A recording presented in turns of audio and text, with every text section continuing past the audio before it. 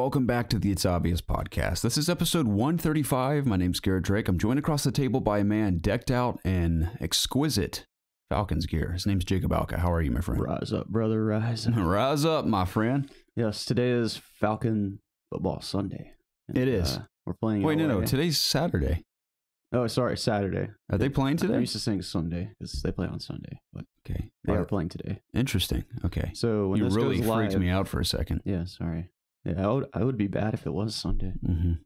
I would have missed an entire day of work. Saturday, yeah. I would have been fired. You think so? Just missing one day? Oh yeah. They don't mess around there. I don't blame them. If I was a boss and someone didn't show up to work unexplained, I would fire them. No excuses. Yeah. I'm that ruthless. I mean, I guess it depends what job you're doing, but I wouldn't even be offended if I were fired in a situation like that. Oh yeah, for sure. I mean, it's all on you. Yeah. But how you been? I've been well, Jacob. Very well. I've been staying busy, of course. School is about to start back up again. Speaking of school, you see that book down there on the floor? Jansen's History of Art. Look how massive that thing is. Jacob, if I dropped that from my second floor down and it hit someone in the head, I swear to you, their head would explode like a watermelon. It is that heavy, dude. It's funny because when the box arrived, when I saw it on Amazon, it didn't show it from the side. It just showed the cover. Yeah. I was like, okay, it looks like any other school book. So I order it, and it gets to my house. I pick up the box. Jacob, I thought there was a dead animal inside this box. I was like, what the hell is this? I was like, this can't be what I ordered. I open it up. It's that bad boy. It's like a Hogwarts book. Yeah. It reminds me of that monster book from, what, is that the second, or it's the second movie, right? It's a herbology book or something? The monster book? Right, yeah. Yeah, that's basically what it is. The one that Neville can't stop from attacking him. Exactly, yeah. So I was a little intimidated by that, and I have a pre-quarter assignment where I have to flip through the book and discuss online. Because I'm taking the class online so I can cheat like every other kid taking it online, which I may come to regret because...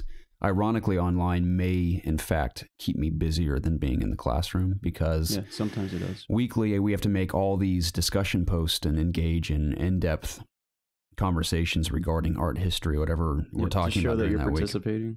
Exactly. We have to log in a certain amount of times. It's really stressful. I actually regret taking it online, with the exception of the fact that I can probably ace every test.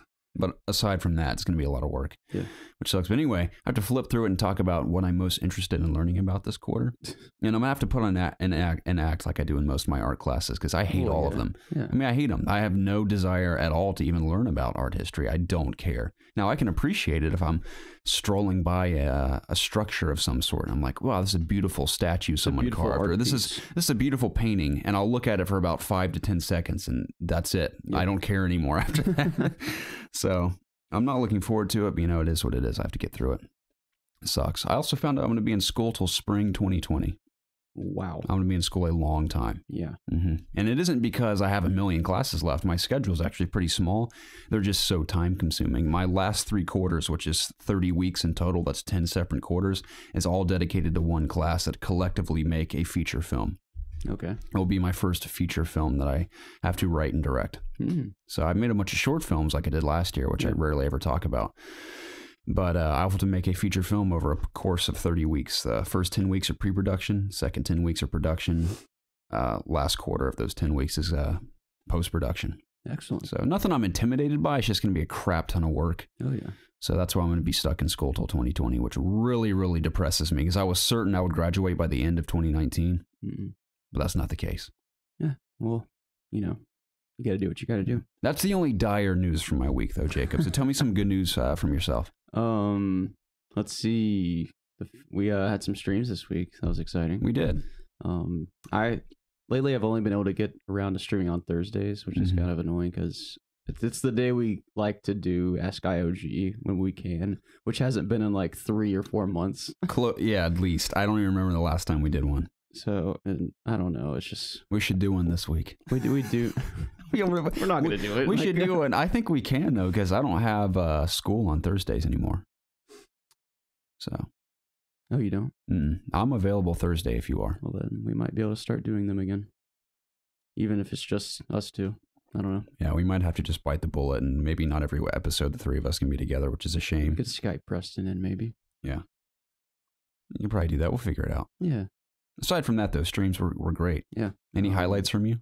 Well, I finished Doki Doki Literature Club. Very interesting game. I mean, I said on Discord that everyone needs to play it, and I still stand by that. It's it totally, like, if you go in not knowing anything about the game, your mind's gonna be blown. Like, Okay. it really it threw me off because I knew going in that it wasn't just like a regular visual novel, but I didn't know like to what extent like like people were talking about. Yeah. And something like because I'll say this, because I was streaming the game, something really cool happened while I was streaming it. And Kyle spoiled that for me, I think, while we were playing Siege. Oh, that's a bummer. But I'm still excited to play. I have downloaded it. Yeah. I probably shouldn't have done this. I read the description on Steam when I downloaded it. It's like a something book with cuteness that's masked in horror or something, or it's like secretly one of the best secret horror games of the year or something. I was scared playing it. Like, I wouldn't have played it by myself if I wasn't streaming. Wow. Because I don't do scary games. That's anymore. So fascinating because that game looks so innocent. Oh yeah, like, and it is like for a couple hours when you first start it, right? But then things take a right turn. Mm-hmm. And it might seem like the game's over, but keep playing it because it takes you back to the main menu a couple times. So just keep playing it. All right, I'll do that. I don't know when I'm going to get to it. I still got to finish Metro 2033. I'm in the middle of that. How is it? Oh, it's wonderful. I love it.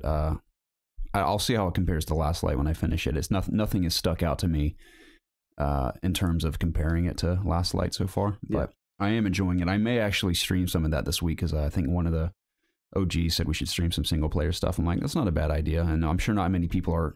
If anyone is streaming 2033, maybe we'll find some new followers that way or something. But if you can even find it on the directory, right? Yeah, exactly. But I also am just totally invested in Siege, dude. I love that game so much. What do you like about it? It's just like I mentioned a episode or two ago. It does seem like you're playing it a lot. It is just, it's addicting because you're always on edge in that game. Now I can remain calm. I don't mean on edge as in like I'm freaking out the whole time, but every match is just so intense because it's so hard to describe. You just kind of have to experience it. But I love say I'm on defense and hiding in a corner and I hear someone like walking behind me through a wall, and there's been moments where I can shoot through a wall and kill someone. Or if I'm hiding in a room and the ceiling gets blown out and people start shooting down into the room and throwing smoke grenades and stuff and you're panicking. It's little moments like that are exciting, and offense is always great too. Do you play the ranked mode? Not yet. I'll probably try it this week if I can find a full team of guys to roll with. Okay. But yeah, it's a ton of fun. Now, I don't have amazing matches every match. I probably have a really great match every three to four matches. Every other match I play is pretty mediocre, but the experience still is awesome. I love it. So can't get enough of it. It's hard to step away. It's actually my most played game on Steam at the moment. Yeah. I'm over 30 hours at this point. I have more hours in Siege than I do PUBG. I've had PUBG significantly longer on PC than Siege, so that says a lot. I probably played like 5 total matches of PUBG. So you and I briefly discussed, because you and I don't own many of the same games on PC at the moment. I don't own very many games on PC in general. Okay, I own quite a few now, but I think you and I discussed possibly teaming up in PUBG for a stream since we both have that, because I can't afford Overwatch. Well, maybe I can afford it later this week. It was 50% off over the holidays. You really missed it. Oh, was it? Oh, dang, yeah. Man, I really screwed up. It might still be. I doubt it, though. Yeah. I mean, I don't mind paying full price for it or whatever. Isn't it on PC? It's like $40? It's 30. 30? Oh, that's not 30 bad. for the standard edition. Okay, what comes with the special edition or whatever? It's like the origin skins and like 10 loot boxes. Oh, I'm not worried about that. Yeah, I don't think I will ever care about skins in that game again. No, I'm obsessed with them. Something came over me and I just don't care anymore. They're the only skins in a game that I care about. Interesting. Yeah, well, maybe my mind will change when I get back into it because I haven't played so long. But I mean, when you're passionate about a game, you care about how your characters look, you know? That's true. So, because I know, like, going in, I'm going to play a ton of Overwatch. It's going to be like my shooter for the foreseeable future. So I'm more than happy to pay for loot boxes and get the skins that I want because it'll make me enjoy the game more, you know? And the Overwatch League starting soon. I'm super pumped to watch that. Oh yeah, I'm gonna tune into that as well. It's very exciting. I won't tune into it like religiously, but I'll definitely look into it. Yeah. I still love the idea of the team jerseys on all the teams. Yeah, it's cool. Didn't I hear someone say that you'll be able to purchase those at some point? Yeah. Well, you can already purchase like team memorabilia on their store, but for your Overwatch characters, can you get those every skins? character's gonna have a skin for every team. Man, that is so cool. And I think they go live either next week or the week after. So I guess you have to pay for all those separately. Yeah, and I think they're only for real money because the money's going directly to the teams. Okay, I figured they would go to the teams like you would any professional team. That is the coolest thing ever. Like, and I'm pretty sure it's a whole new currency too. So like the Gronkowski of Korea or something. Everyone like is crazy about him. His jersey sells the most in Overwatch. That's the coolest thing ever for a video game. Yeah, I love that. There's a couple things I wanted to bring up this week. Okay, they're just things I've been thinking about. And You're quitting ItsObviousGaming? Yeah. I'm sorry. That's all right, man. You guys, we've been waiting for you to quit for a long time, so thanks for doing so. But seriously, for some reason, I don't know what's wrong with me, and maybe we can just discuss this a little bit. But I don't play Ubisoft games anymore. Have you ever just like not played games from a publisher before? So, like I'm gonna sit here and tell you I cannot remember the last Ubisoft game I played. The Division. You might be right, because I didn't play Wildlands. I didn't play For Honor. Didn't play Assassin's Creed. I guess they just don't appeal to you, and that makes you an asshole. I mean, I like Assassin's Creed though, so I'm just trying to understand why I'm not being appealed to these games. I didn't play Rainbow Six Siege. I'm not really interested in it for whatever reason. Perhaps. Have you ever had this kind of problem before? That's what I'm asking. Not from a specific publisher, I don't think. Well, maybe. Like, I don't know if it's just because it's Ubisoft or if it's just because I'm not interested in I don't games. play hardly any Bandai Namco games, for example, which is funny because when I went to E3 last year, I went to their booth and I hadn't played a single one of those games they had on display. Now, all the ones I tried, I'm semi-interested in, especially Dragon Ball Fighters or Fighter Z. I still don't know which one it is. No. But I'm excited for that. I'll probably play it just because I love Dragon Ball Z. I'm not going to play it, but the game looks super awesome. It does, yeah. Just the art alone in that game, just the style and approach they've taken with it makes me want to play it. So, but I mean, I could probably think of a bunch of publishers I never play anything. I hardly ever play anything from Platinum Games. Yeah, I don't think they're really a publisher. They're just an indie developer. But speaking of which, we have a news story about them coming up. Oh, exciting. But Ubisoft, I love Ubisoft games when I play them. Now, not all of them, because remember The Division I played for about 8 hours, and I was like, I can't do this for some reason. I don't know why. And I recognize, I think it's a cool game. It just wasn't for me at that time. And I've heard it's a lot of people enjoy it right now. Yeah, I've heard it's had a ton of improvements. I hear it's great. So maybe at some point I'll give it another shot, but right now I'm going to hold off. I think the next Ubisoft game that I will play that's new coming out is going to be Far Cry 5. I've been watching more gameplay for that. I'm excited for that. I think I'm excited too. I think. I just love the gameplay loop in Far Cry. I love going to a base and stealthily taking it out and customizing my guns and flying planes and jumping out and not even parachuting, skydiving out of a plane and landing on someone with a knife. Yeah. Just little things like that are thrilling. I think the setting's pretty interesting for Far Cry. Hopefully it pays off. And yeah, I'm looking forward to it.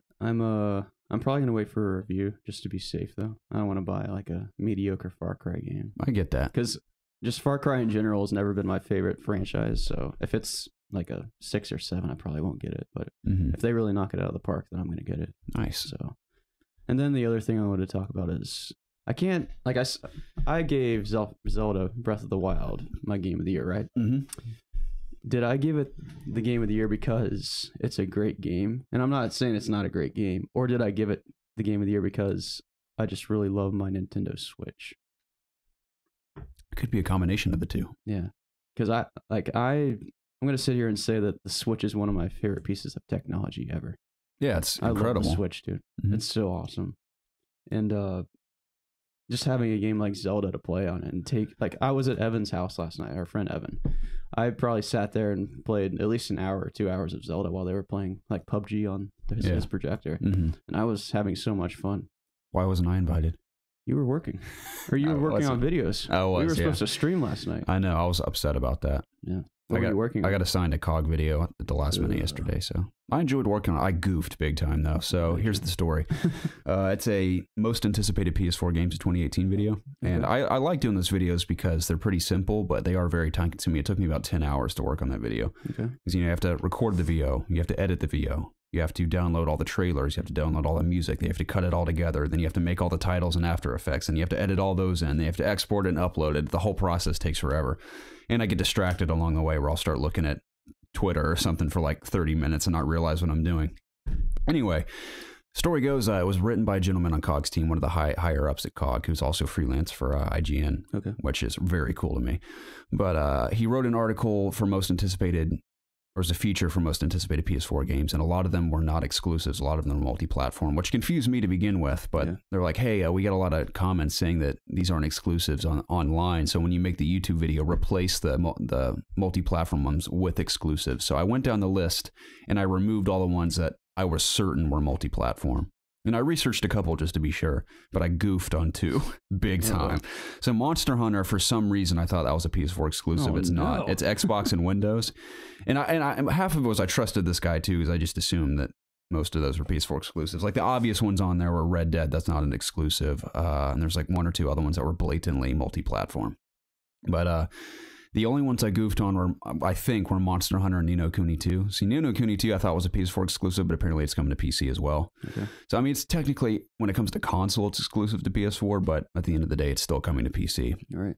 So I goofed on those 2, and I was really upset because I was just grueling editing that video for 10 hours straight. And I was like, okay, everything's cool, solid. I checked everything 30 times, and apparently not. Those were multi-platform. Those are the only 2 I didn't research, like Yakuza 6, The Song of Life's coming out in March. I made sure that was PS4. So I was upset about that, but still a fun video. So, but that took up my entire day, and I was sad we couldn't stream. So, but we should, like I said, my whole week is open with the exception of Tuesday. So we should. Well, Tuesday is one of the days that I can stream. You're usually available on Monday nights, aren't you? Not this Monday because I'm watching football. Oh, that's right, the Georgia game. Let's take a second to talk about that. Let's pretend. I mean, a lot of listeners are listening on Monday. Right now is Monday. The Georgia Bulldogs are playing the Alabama Crimson Tide in the College Football National Championship here in the United States. Correct. How do you feel about it, Jacob? I feel good. I feel good too. I feel really good. I'm going to say now, Jacob, I'm going to stick to my gut, which is something I never do. I stuck to my gut with the Georgia-Oklahoma game. I told you that they were going to win. I knew it in my heart. They somehow pulled out the win. Yeah. The Georgia Bulldogs, at the end of today, will be the 2017-2018 College Football National Champions. I think you're right. And it's the day we've waited for a long time. And it's even cooler considering that Kirby Smart is going up against his master, Nick Saban. I love all those like ads. It's like the assistant versus the master or whatever. It's like Kylo Ren versus Snoke or Anakin versus Obi-Wan. There you go. I like that one better. I like to think that Kirby Smart is the hero and Saban's the villain. I just think it's time. It is time, yeah. I remember the last time, I think it was the last time we played Alabama, was SEC Championship a few years ago, where we were, I think, like 7 yards from the end zone to winning that game, and the clock ran out. That's the only time I've ever yelled at my friends out of pure rage. I yelled at Zach and Elliot.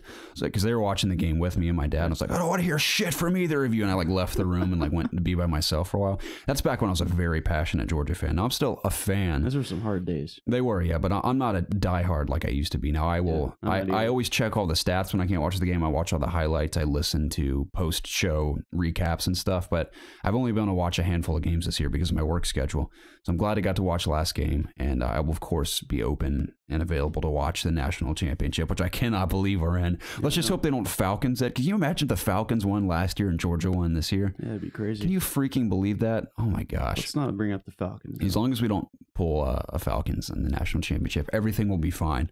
Hey, don't worry. The Falcons are gonna. They've already won, so we're playing our next game. Even if Georgia plays a hell of a game and we lose, I can accept that if they don't blow it like the Falcons did. I just think that Alabama's time has come. I think so too.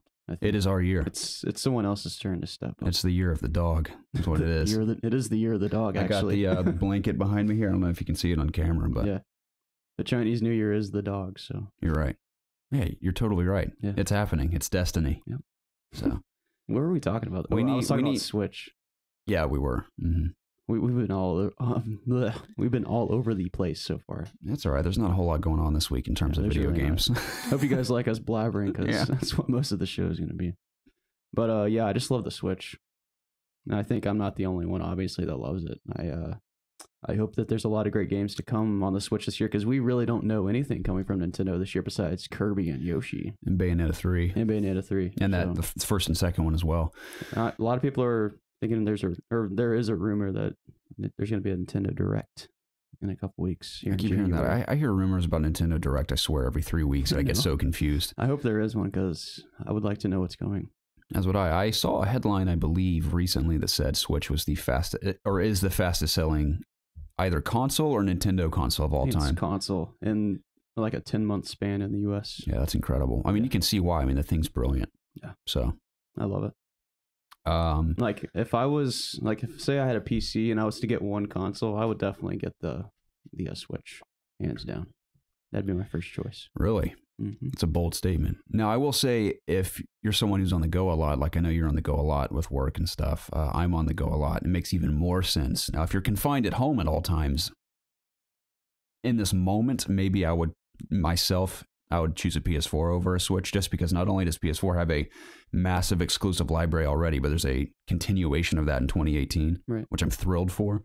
And we're hoping there's a continuation in Switch, yeah. Because Switch just, I mean, with the exception of all the great indie titles that are also on there, like Stardew Valley being one of them, their big heavy hitters are few and far between at the moment. Granted, they're all practically 10 out of 10s. In my mind, they're not totally perfect, but they're almost perfect. So those are some great games you don't want to miss out on for sure.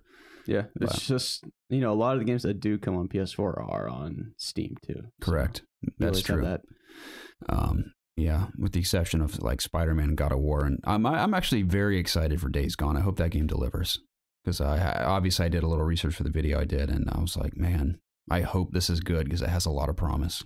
Yeah, I hope so too. We'll see. We'll see. I like the idea of a wilderness motorcycle guy just riding around killing hordes of zombies. Yeah, the hordes part is what excites me, and using them to your advantage or disadvantage. We'll see. I like the idea that there's many ways to go about a situation. Yeah. Something tells me that's going to be out, if not the end of this year, probably early next year. We'll probably see one more demo at E3 this year. It's just funny, though, because even though I do want that to be good, I don't think I've seen anything yet that's blown my mind at all. Because it just seems so Last of Us. This looks fine. Even the title Days Gone just screams Last of Us to me. So, which isn't a bad thing, but I will say one thing that kind of annoys me about the second demo compared to the first, just based off the video I just did. The first demo has a camera that's pulled back farther. You can see more of your character. And the second demo, I don't know if it's just because of the area he's in, but it's very close up to his shoulder. Okay. Now, I get when Gears of War came out back in the day, that was like the new next-gen third-person camera where your character's sort of off to the side and it's up near their shoulder. Yeah. Now, I like that in some games, but one game that's always annoyed me in is Batman Arkham, for example. All those games, I can't hardly tell what's on the screen because you're so close to Batman. Yeah. Except for when you glide and when you sprint, you can kind of see more of the area. Right. Don't get me wrong, Batman looks cool up close to the screen, but you can hardly tell where you're going half the time because he takes up the whole screen. And I like when in a third-person game where I can see everything around me, especially in a game where you have stealth opportunities. You can kind of scope out the area. Okay. In the first demo, you can see everything. I'm like, oh man, this looks great. In the second demo, you're like right up on his shoulder and he takes up half the screen. You can't see anything. Yeah. The little things like that may concern me. Well, we'll see what happens. Maybe we'll get another demo and, they'll revert it back. Perhaps we'll see. I don't know. But once again, I'm throwing us way off topic. I apologize. Yes. But the Switch, I think Zelda was more than deserving a Game of the Year. And I think you chose it. One, because like you said, it's a great game, but also because the Switch is brilliant. Yeah. I'm at the point where I think it's okay to say maybe the Switch is the Game of the Year or two. I feel like Zelda and the Switch are as much of a part of each other as, just a regular game is. Would you say it's like the new hardware of the year for 2017? Yeah. Yeah, definitely. I mean, was it the old, well, we had the Xbox One X. So I think the Switch, I think sold better than the Switch in the holiday season. Not the X, but just Xbox in general. Did it? I think that's right. That's an interesting fact. I think Xbox claimed that they were the top selling console for like Black Friday or something. I don't know. Yeah, dude, I'm not going to sit here. I think the Switch is so much cooler than the Xbox One X. Don't get me wrong; it's a powerful machine. That's great, but the Switch is just so much cooler. Yeah, you can't take your Xbox One X in your backpack like I have here. Look at this backpack, dude. Yeah, that's great. Look at this. I think it's a little extra, a little excessive. A little extra. It's great. It's subtle. It just says Switch right there. No, it looks great, but you carry a Switch in there, and you can probably carry a water bottle and some books and all. You could probably carry an animal in there. But when I come here for the podcast, I usually just have the Switch in here. Right. Yeah, I just have my cute little carrying case that looks like a cross between a purse and a doctor's bag. See, I think it looks so stupid. That's why it does look dumb. I don't blame you at all. I'd like to get a black one at some point. No, I'm not worried about what people think when they see my Switch case. They're like, what is that? Your medical kit? And I'm like, no, it's Nintendo Switch. You should like put it on your wrist and just carry it around like this. Yeah, kind of like the what's that blade thing from Yu-Gi-Oh? It flips out. Oh, the dual disc. I guess I could wear it like a Pip-Boy sort of. Yeah. So the dual disc were the coolest thing. Did you play Yu-Gi-Oh, the card game, growing up? I did, but I never understood it. Okay. Did you ever see like the plastic dual disc that they had? Yeah, Preston had one. I think he had 2 of them. Okay. Or at least he had one. He and I used to duel, and he had that thing. And his uncle used to make fun of him because he had that thing. Yeah, that's so funny. Stupid. I wanted nothing more than to have one of those, but I never got one. Yeah, Preston had one, man. The thing was pretty slick. Push the button, it flips out. So cool. Yeah. You played your cards on it. Mm-hmm. It's kind of inconvenient though. Like it was because your arm would get tired holding it up. Yeah, and then like your opponent can't see your cards because you're standing up. Just yeah, what are your cards? It's ridiculous, but I bet it sold well. Oh yeah, that show was huge back in the day. Yeah, I miss watching it sometimes. Yeah, Yu-Gi-Oh! I think it's called Yu-Gi-Oh! GX is probably the best anime ever made. Just so we're clear. I don't know what that is. Someone called me a weeb in that PS4 video on COG's comments because I covered Yakuza. and Ni no Kuni. They're like, weeb. Someone responded to him, we're like, noob. So apparently I'm a weeb now. And I know nothing about Yakuza. I had to go on Wikipedia and their website and research for like 30 minutes before I could say anything because I had no idea what it was.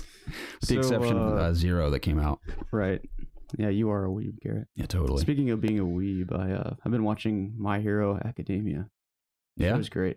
Yeah, I'm going to get into it very soon. I'm almost done with Black Mirror Season 4. Nice. I'm going to jump right into I've heard lots of good things about that, too. Mm-hmm. The show is so good. That's all I'm going to say, though, because I don't want to sit here and talk about anime for another 10 minutes. Yeah, I've heard Kyle and Preston, we were playing Siege, were talking about it. Nothing specific, but they seemed very interested. And Preston keeps telling me it's awesome as well. So it will be my next show, undoubtedly. Nice, dude. And Black Mirror, man, so good. Have you watched any of that show? No. It is brilliant. Now, I will say, I think Season 2 and onward is better than Season 1. Now, Season 1's great, but I think it's very dark and depressing compared to the other seasons. I've only ever tried to watch one. And that's why Casey doesn't watch it, because she's convinced that all of the episodes are like the dark and dreary first season, but they're not. Now, there are some depressing ones, but there are also a lot of creative, funny ones as well. Like I watched, my favorite episode of Black Mirror so far is in Season 3. I can't remember the name. It's about a guy who's traveling the world, and he finds out about this augmented reality software that he can like beta test. Yeah. It's fantastic. I think he's my favorite character in all of the episodes I've seen. So he appears in more than one? No, he's only in that one episode. Okay. That's what's so unique about the show, is that every episode has different directors, different writers, different cast. Sure. So it's always a surprise. Yeah. But yeah. Sorry. What'd you play this week? I played, like I said, Siege. A lot of Siege. Nothing specific from there. I bought the Year 1 bundle, which I meant to say when you're talking about skins earlier, how you care about skins. I care about operators in Siege, purely because of the gameplay, because it's just to mix things up. Now, I love a lot of the default operators you can purchase in the game. I won't go into too much detail here because I'll bore people to death who don't play it. But a lot of them have great abilities, but I wanted to add some more to the roster because I played a lot of the launch operators on PS4 and on PC. So I'm like, okay, I need to add some new ones. So I bought the Year 1 bundle, which includes, I think, 6 or 7, maybe more operators on offense and defense. Okay. So a slew of new weapons, slew of new gadgets to use in battle, and it's exciting. So you cannot play, like, if you're defending, you can't play an offensive operator. Correct. Okay. Yeah. So it's cool. I think my favorite operator at the moment on defense is either Jaeger or Eren Jaeger or Bandit. 2 similar characters. But I like them. And on offense, I really like Blackbeard just because of his weapons. Is he a pirate? I always go Blackbeard when I see him, but he's basically a pirate. He's a Navy SEAL. Oh. So his weapons are super deadly, but aside from that, he doesn't really do much. He's very slow. He has a little shield that goes on his rifle that when you peek corners, it'll stop a few shots, but if someone nails that shield, it'll go right through it and hit you in the head. So it's sometimes effective. But aside from that, he's not very useful. But other than that, on offense, I'm still really into, what's her name? I like Ashe a lot. Ashe is really popular right now. Thermite's cool. They both have ability to break through structures very easily, so they're kind of similar. Okay. But fun game. I won't talk about it too much more, but I really hope you give it a shot. Didn't you say you bought it? Nope. Okay, well, if you ever do, you have a team waiting for you. The only thing I bought on Steam was GTA 5 for the sale. That's another one we talked about streaming. Yep. So we should do that too. Yeah. It's a very fun game. I would like that. I played Metro 2033 for about 10 minutes. I was really busy and I thought I would have more time, and I played for about 10 minutes and I had to get off. Okay. But I did play that this week. PUBG, I played about 2 or 3 matches, made it to the top 10 in all 3, but I always die. I've yet to win still. I was getting really heated firefights. I typically die in the back, unfortunately, in a lot of the top 10s because I'm just unaware of my surroundings. Like, I think I have a general idea of who's around me, but I always get shot in the back. Yeah, it's you'll get there one day. Hopefully. You'll get that chicken dinner. I can smell it, Jacob. I've smelt it one too many times. Mm-hmm. I've got to have it. You will. And I played Wildlands. I mentioned I picked that up on Steam. Another Ubisoft game I've gotten into. I played it originally on PS4. We talked about, me and Preston played the beta, and I thought the beta or the demo, whatever it was, I can't remember, it was fun. And then me and Preston tried to do that video, and it was just a disaster because the game glitched a little bit. We were both also very busy that evening. I don't know why we were trying to do a video, so it kind of left a sour taste in both of our mouths. And I didn't ever think the game was bad. It just didn't really grab me at the time. Now, when I found out the game had been selling really well and people were loving it, and even the glitches that I saw all over the internet, I thought were hilarious in a charming kind of way, kind of like some of the PUBG glitches that existed during early access. I was like, that's still funny in a good way to me. So somehow, just word of mouth and even OGs from the community that were saying they really enjoyed the game convinced me to pick it up. Okay. And just because I'm loving playing games on PC. And Wildlands is beautiful. I don't even play in 4K. I'm not even at 2K. I'm like halfway to 2K, and it looks gorgeous on my monitor. And it feels great to play. I love switching, because you can shoot in first, kind of like PUBG, run around in third person, but you can switch to first person when you aim down the sights. It just feels fantastic on PC, like I expected.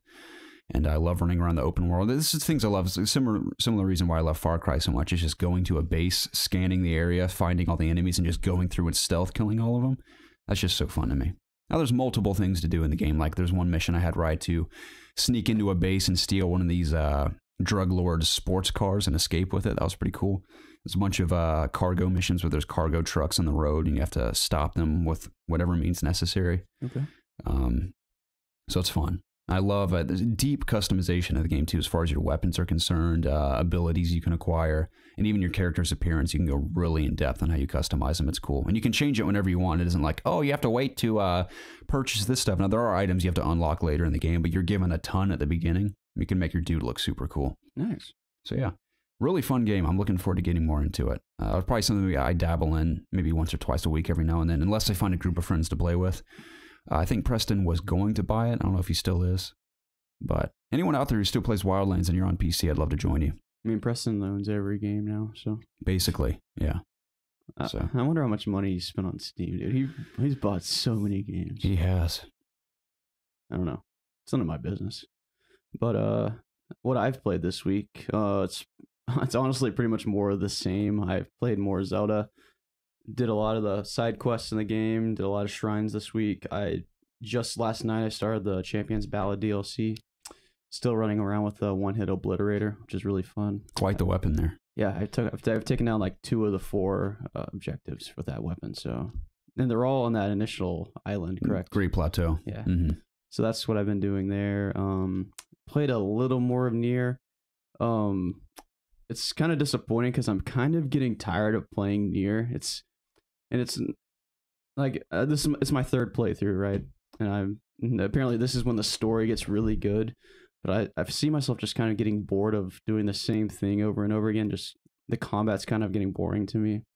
So I'm hoping if I just play it a little more and the story gets really good, so that I'm kind of more compelled to play it more. But right now I would rather be playing Zelda. So, but I'm gonna keep playing Nier, and hopefully by this time next week I'll be more positive about it. We'll see, Jacob. Yeah, we'll see. I hope I am. I really do. Because up until this point I had a lot of time, but apparently this playthrough is when it's supposed to get really good. So we'll see what happens. I finished Doki Doki Literature Club. We've already talked about that. And I played some more Overwatch. Did my placements. Really enjoying competitive. Playing a lot of Orisa right now. She's a lot of fun. I saw. I used to hate her. Now I love her. I tuned into your stream for about 10 minutes the other night when we were playing Siege. In between matches, I checked the stream, and I saw you were playing Orisa. Yeah, I think I played 5 matches, I think, and I won every single one. Yeah, it looked like you were doing well. Yeah, we were doing really well. And that never happens. Like, I usually get horrible teammates. Were you playing with anyone from the community, or are you just flying solo? Just solo that stream. Nice. Yeah. I don't think I've ever done a solo stream. Oh, yeah? Yeah, I've always played with someone from the community. Yeah, I mean, that's good. Granted, if I stream some 2033, I'll be all on my lonesome. That's right. Now, I hope people tune into that stream because that game can be pretty spooky. And I'm pretty sure I'm getting close to the library sequence of the game. Yeah, the part Preston was talking about. And I hear it's just debilitating how horrifying it is. You should stream that part. Yeah, I definitely want to. So I'll probably do that a little bit. We'll see how it goes. But that's all I streamed this week. Nice. I've been playing like the same couple games the past month. It feels like. Yeah. But I'm just slowly trudging through these games.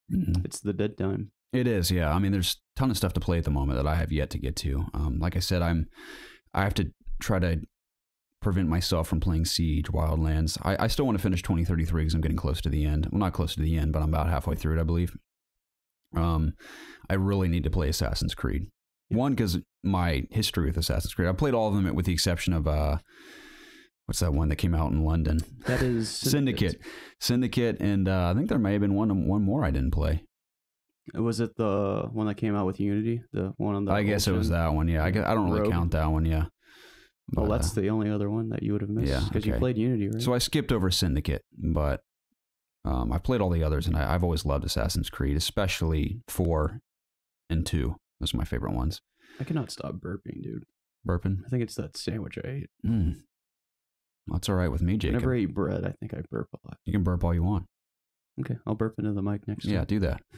Yeah, I really want to play Assassin's Creed. It's just a matter of me with self-discipline, just not playing Siege and jumping into Assassin's Creed. Another Ubisoft game. Wildlands, Siege, and Assassin's Creed. Right. I think my outline right now is going to be finish Nier, then finish Zelda, then it's either going to be Assassin's Creed Origins or Xenoblade Chronicles 2. Nice. I don't know which one I want to play more. Tough call. Because one's on the Switch, which I love right now, and the other's on Steam. So, harkening back, a bad platform. Yeah, harkening back to your Ubisoft question about not really avoiding, but just not playing any of those titles. It's interesting to consider how diverse Ubisoft's catalog is. Yeah. When you think about it, they have the tactical first-person shooter with Siege. They have the open-world adventure cooperative game with Wildlands. They have Assassin's Creed, another open world game. You have a lot of open world games, but open world historical game in ancient Egypt. They have South Park. What else? They have so many games when you really think about it. I would like to see them get away from the Tom Clancy name. You think so? I don't like all these grounded, realistic shooters. Oh, like Tom Clancy's Siege, Tom Clancy's Wildlands. Blah, blah, I would blah. like something like brand new IP, just something unique.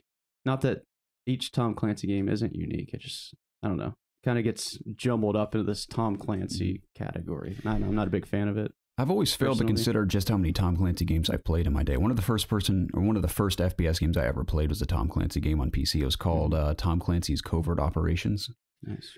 And I used to love that game. It's kind of similar to Siege in a way where you pick your squadron. You pick like, oh, I want a sniper. I want this guy with an assault rifle. I want this guy with a shotgun. You deck them out in what kind of armor they're going to wear, including yourself. Yeah. And you go into these areas, whether it be a jungle or a hospital or an abandoned building, and there's terrorists all through there. And you have to just go in and kill all of them. Nice. I used to love that game, dude. Yeah. It used to scare me, too, because I think you could also do defense where they'd come in after you. I could have look up that game on PC and see if I can find it. I wonder if it still exists. Probably. That'd be awesome. That or just find it on YouTube and watch some old gameplay. Yeah, my first shooter was GoldenEye on the N64. Really? Oh, yeah. Those are the good old days.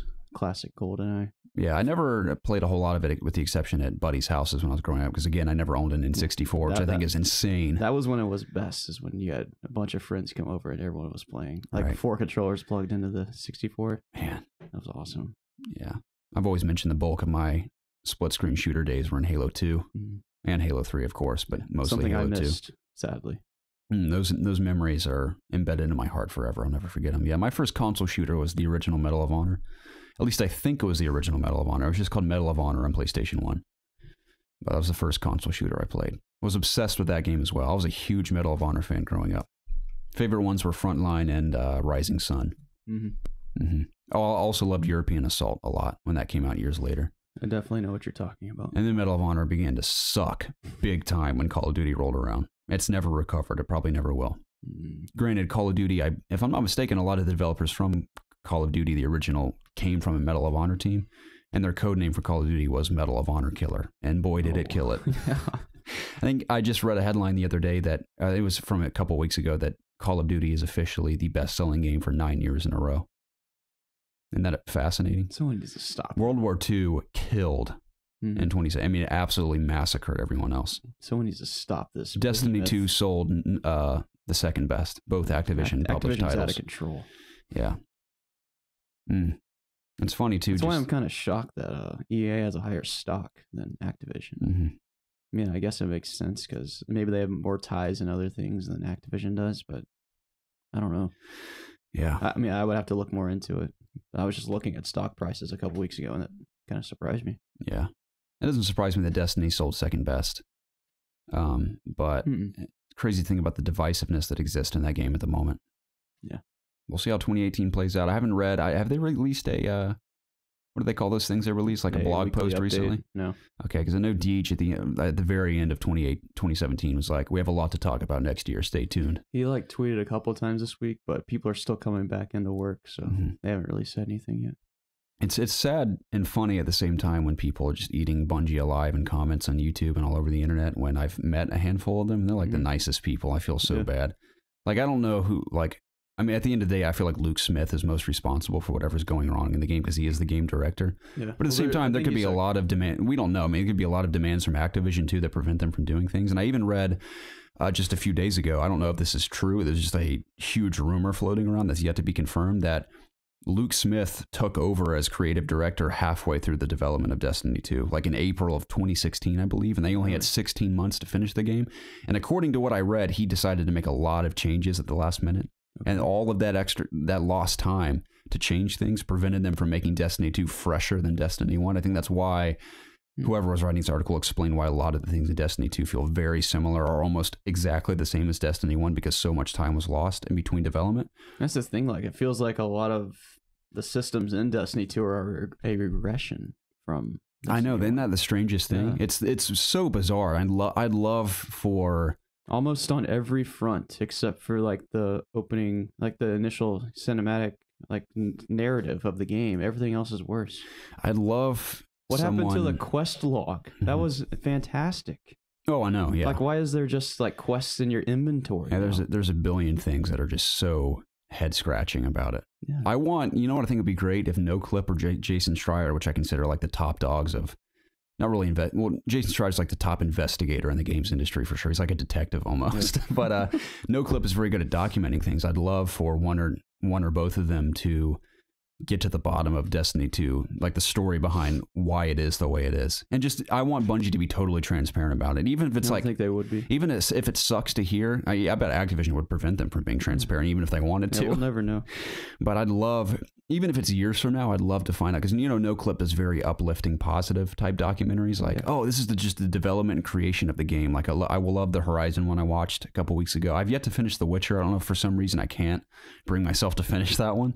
But love the Horizon one. I'd love to see them do documentaries on games that either failed or games that were very popular that have been torn down over time and why they ended up the way they did and stuff. Right. I think that'd be fascinating. I need to get back to watching some of those because I watched the Witcher ones all the way through, but I missed everything since. So yeah, I told you I'm almost done with Jason's book, Blood, Sweat, and Pixels, which I may finish tonight at work if I have time.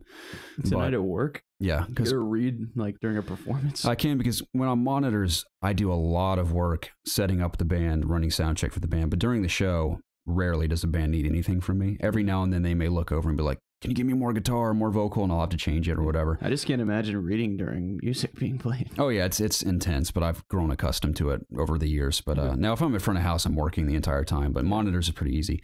So I'll just sit there while the band plays and read my book in my dark little cubby hole.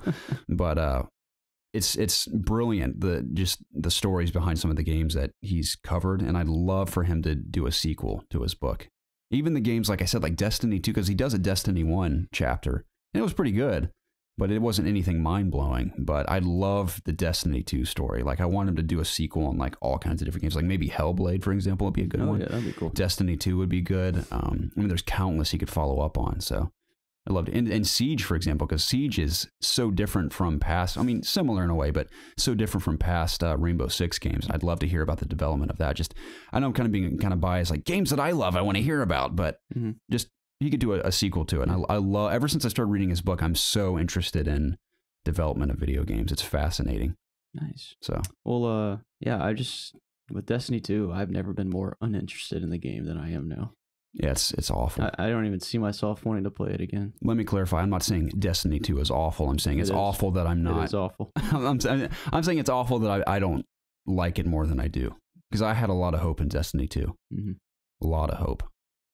It's a shame because I do stand by this, even though there's a lot of problems with the game. I thought the first 15, 20 hours were really fun. I was like, man, I'm really enjoying this. But then when you really peel it all back and look at all the things that have been, like you said, retracted, or completely removed, or just totally mind-boggling as to why they are the way they are. It's like, how did this happen? Now they're using like DLCs to introduce old content, like all their old exotic weapons. Right. Like, when that could be new stuff. Like, come on. Like, why'd you take them away in the first place if you're just going to, put them back in? It's like they're just using that as content. That's just that's one of the many things I have complaints about. Let's move on. It's a story that needs to be told. Yeah. At some point, I believe it will be. Yeah, maybe like when Destiny's done. That or Bungie tanks and Activision closes them. Yeah. Can you imagine? That would be shocking. I don't know if Bungie's not owned by Activision. They're just in bed with Activision, correct? So, yeah. Yeah, so Activision can't end them. They can just break their contract and be like, all right, well, you're on your own again. There won't be any more Destiny. Because Bungie's technically an indie studio again, if I'm not mistaken. Because originally Microsoft owned them or something, and then they broke away from that and teamed up with Activision. I don't know all the specifics. Me neither. We'll see what happens. Bungie's not the same, though. No, they're not. They don't put out the same kind of content. It's disappointing. Man, it's a shame that Halo is not as great as it used to be, and it's also a shame that Bungie themselves isn't as great as they used to be.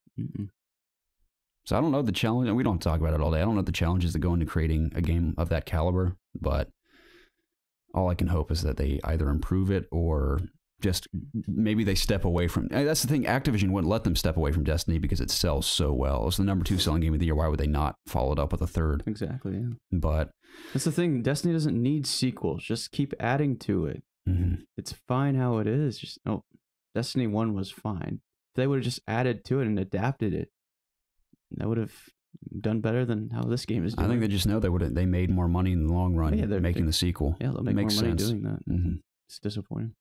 Well, we'll see what happens. We can move on from that, though. Anything else you want to add from your week before we jump into the news? I feel like I did something this week that was semi-cool. I do too, but I guess this is sort of interesting. I'm about to rearrange my room on an open day this week, that room across the hall, to become my PC/editing hub finally. I've told you, like, oh, I want a studio. I still would love a studio where it's just we have this big open space to work. Because jumping in between these 2 bedrooms the last almost 3 years now, it's just been awful. I hate it so much. Especially the green screen. It could be so much better if we had more space to work with. It gives me a lot of problems with lighting in here. And it's like a total bitch to edit. I hate it. But that's officially going to be, I'm going to have to rearrange the desk space to have a stand-up desk for editing videos and then just my normal PC setup for playing games. But like I said, I may be able to squeeze us in there to start filming the podcast in there because I can afford to acoustically treat that room in the near future, I believe. Okay. Which would be huge for us because this room is practically a cathedral and this table sucks too. Yeah. The tiniest flicks and shock waves up into the mic and it rattles terribly. It's also very reflective here. We just sound, if I showed you the editing process with our audio, Jacob, it's a miracle I can even get it to sound the way it sounds. Because the raw file is just atrocious. Yeah, a lot of people think we have really good audio. Well, I'm glad they think so, because it could be so much better, and I can assure you over time it will improve. But speaking of audio, Jacob, the air just came on like it usually does in the middle of our episode, so let's take a 5-second breather and let it do its thing.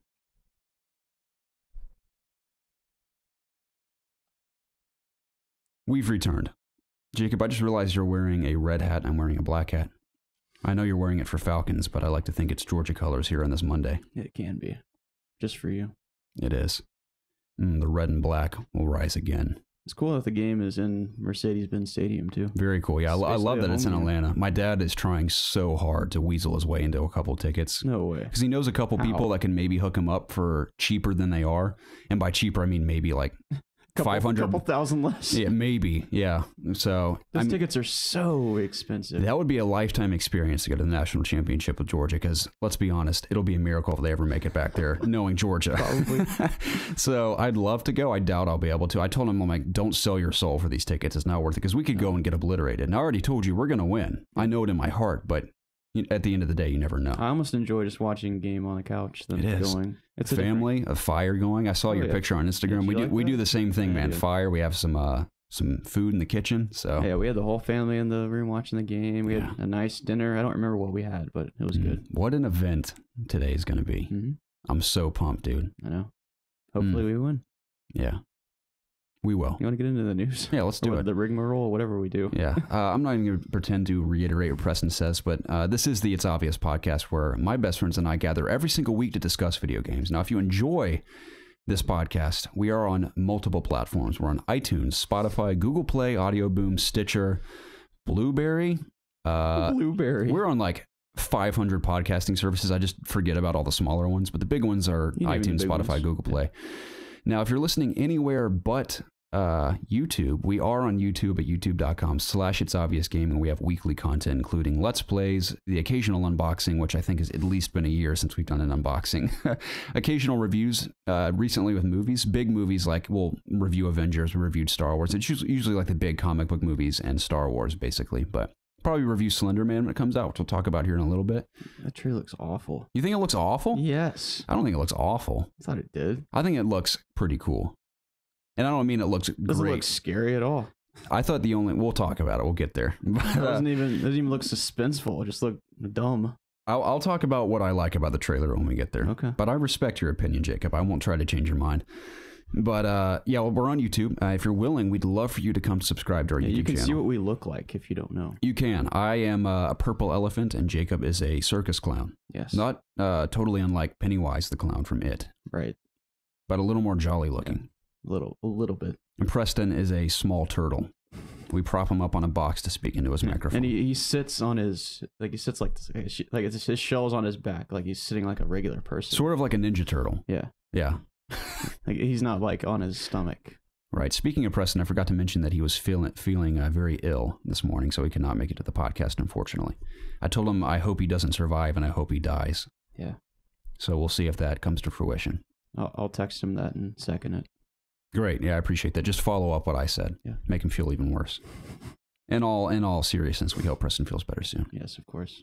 But yeah, come subscribe if you're willing. We crossed 2,000 subscribers at the end of 2017. It was our 2017 goal, and we are so happy about that and incredibly grateful and humbled by your support. Yeah, we're well on our way to 2,100. Yeah, we'd love our goal now. We were like, let's get 1,000 subscribers in 2017. We want to get at least 2,000 in 2018. I think it's possible. We want to hit at least 4,000 by the end of the year. I'd really like 5 though.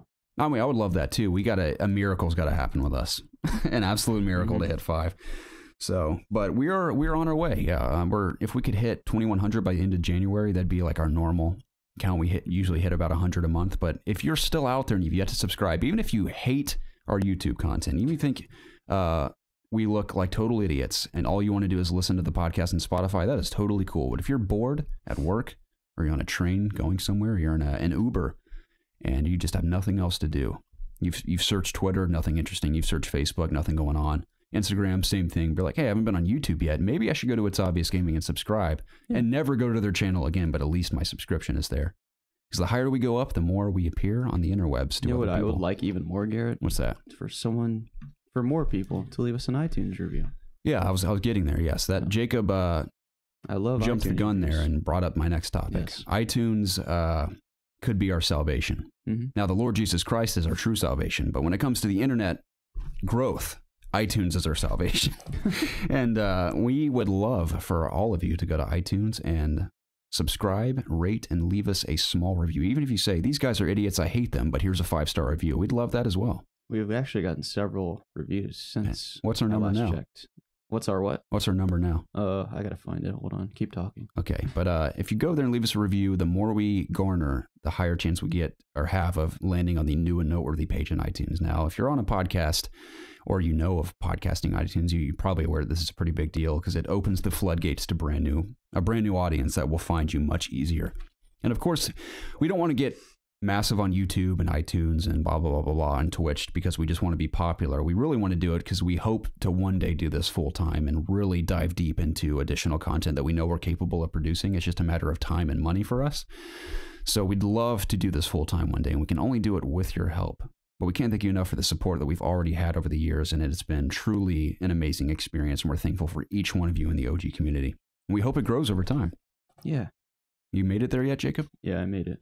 Okay. Where are we sitting now? We've gotten 1, 2, 3, 4, 5 more 5-star reviews. You guys are amazing. I'll just say their names. We got Matt Durkin. Matt Durkin. I know that name. We have S. Grundy. You think it's Solomon Grundy himself? Maybe, dude. He's a spooky dude, but hey, I'm glad he tunes in. Neo the Hutt. Neo the Hutt. Maybe a distant cousin to Jabba. But also Neo. Also Neo, though. Maybe that could be a dangerous. Maybe one of Neo's long lost relatives hooked up with Jabba. Maybe Garrett. I'm not going to pretend to know. One can dream. I'd like to see that. Yeah. The next one, Mason Martin, 96. Thank you very much. Thank you so much, gentlemen. And the last one, Legit Skater. Legit Skater. Thank you guys so much. We really appreciate the reviews. Seriously. Speaking of Skater, I want to throw this out there real quick. I shared it on Discord. I don't know how many people saw it. There is a interview on, I can't remember what the channel's name is. If you're on our Discord, you can find it in the gaming section. But there's a gentleman who interviewed one of the original designers of Tony Hawk's Pro Skater, who worked on the first 6 games. It was Tony Hawk's Pro Skater 1 through 4, Underground 1 and 2. And it was awesome to hear. I love to hear what the original inspiration was for Tony Hawk and how it progressed over time and how it just got totally out of control and eventually tanked, and Tony Hawk's video games are basically dead at this point, especially after Pro Skater 5. Kind of lost its identity. And then Skate came along and improved almost in every way on Tony Hawk, and I adore the Skate games, and I still hope for a Skate 4. I mean, Skate deserves a sequel. So I hope we get one. I hope this is the year EA finally reveals it at E3.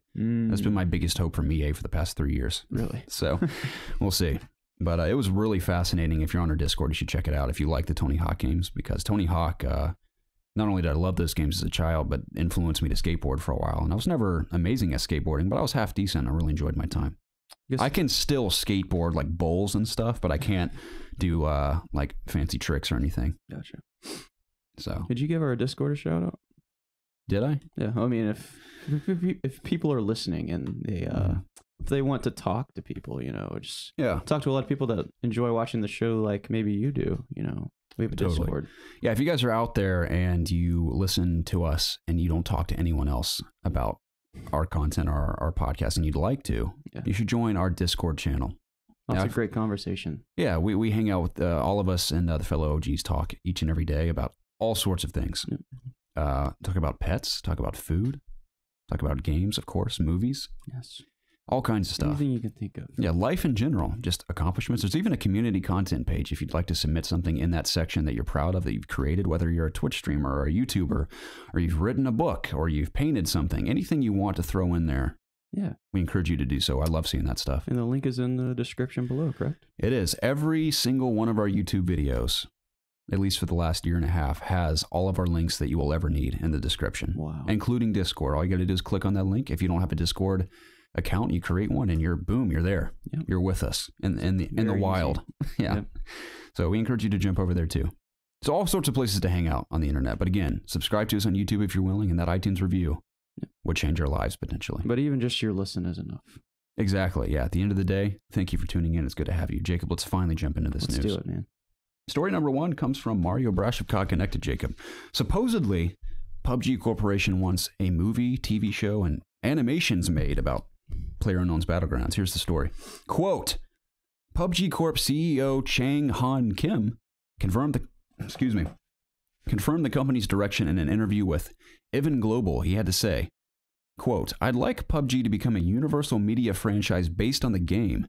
We want to take part in a diverse industries take part in diverse industries, including esports, movies, drama, cartoons, animation, and more. In fact, we received a couple of love calls from a number of developers in Hollywood and Netflix. Our dream is to build a new game-based culture through various ways like this and have the lead of that culture. End quote. Interesting. How do you feel about that, Jacob? Now, I know you've only played about, would you say, like 5 matches in PUBG, so this probably means nothing to you. Not really. But I can see why the CEO of PUBG Corp would want to capitalize off the success of PUBG. I mean, as ridiculous as this sounds, from a business standpoint, I can see why he would want to even consider this, because... I struggle to think how it would be compelling. Or I guess it could be an interesting TV show, maybe. But okay, I have a couple ideas to throw out there. But as far as the idea in general is concerned, you have to consider they've sold over 30 million copies and counting. That's on PC alone. Now, Xbox is going to add to that, of course.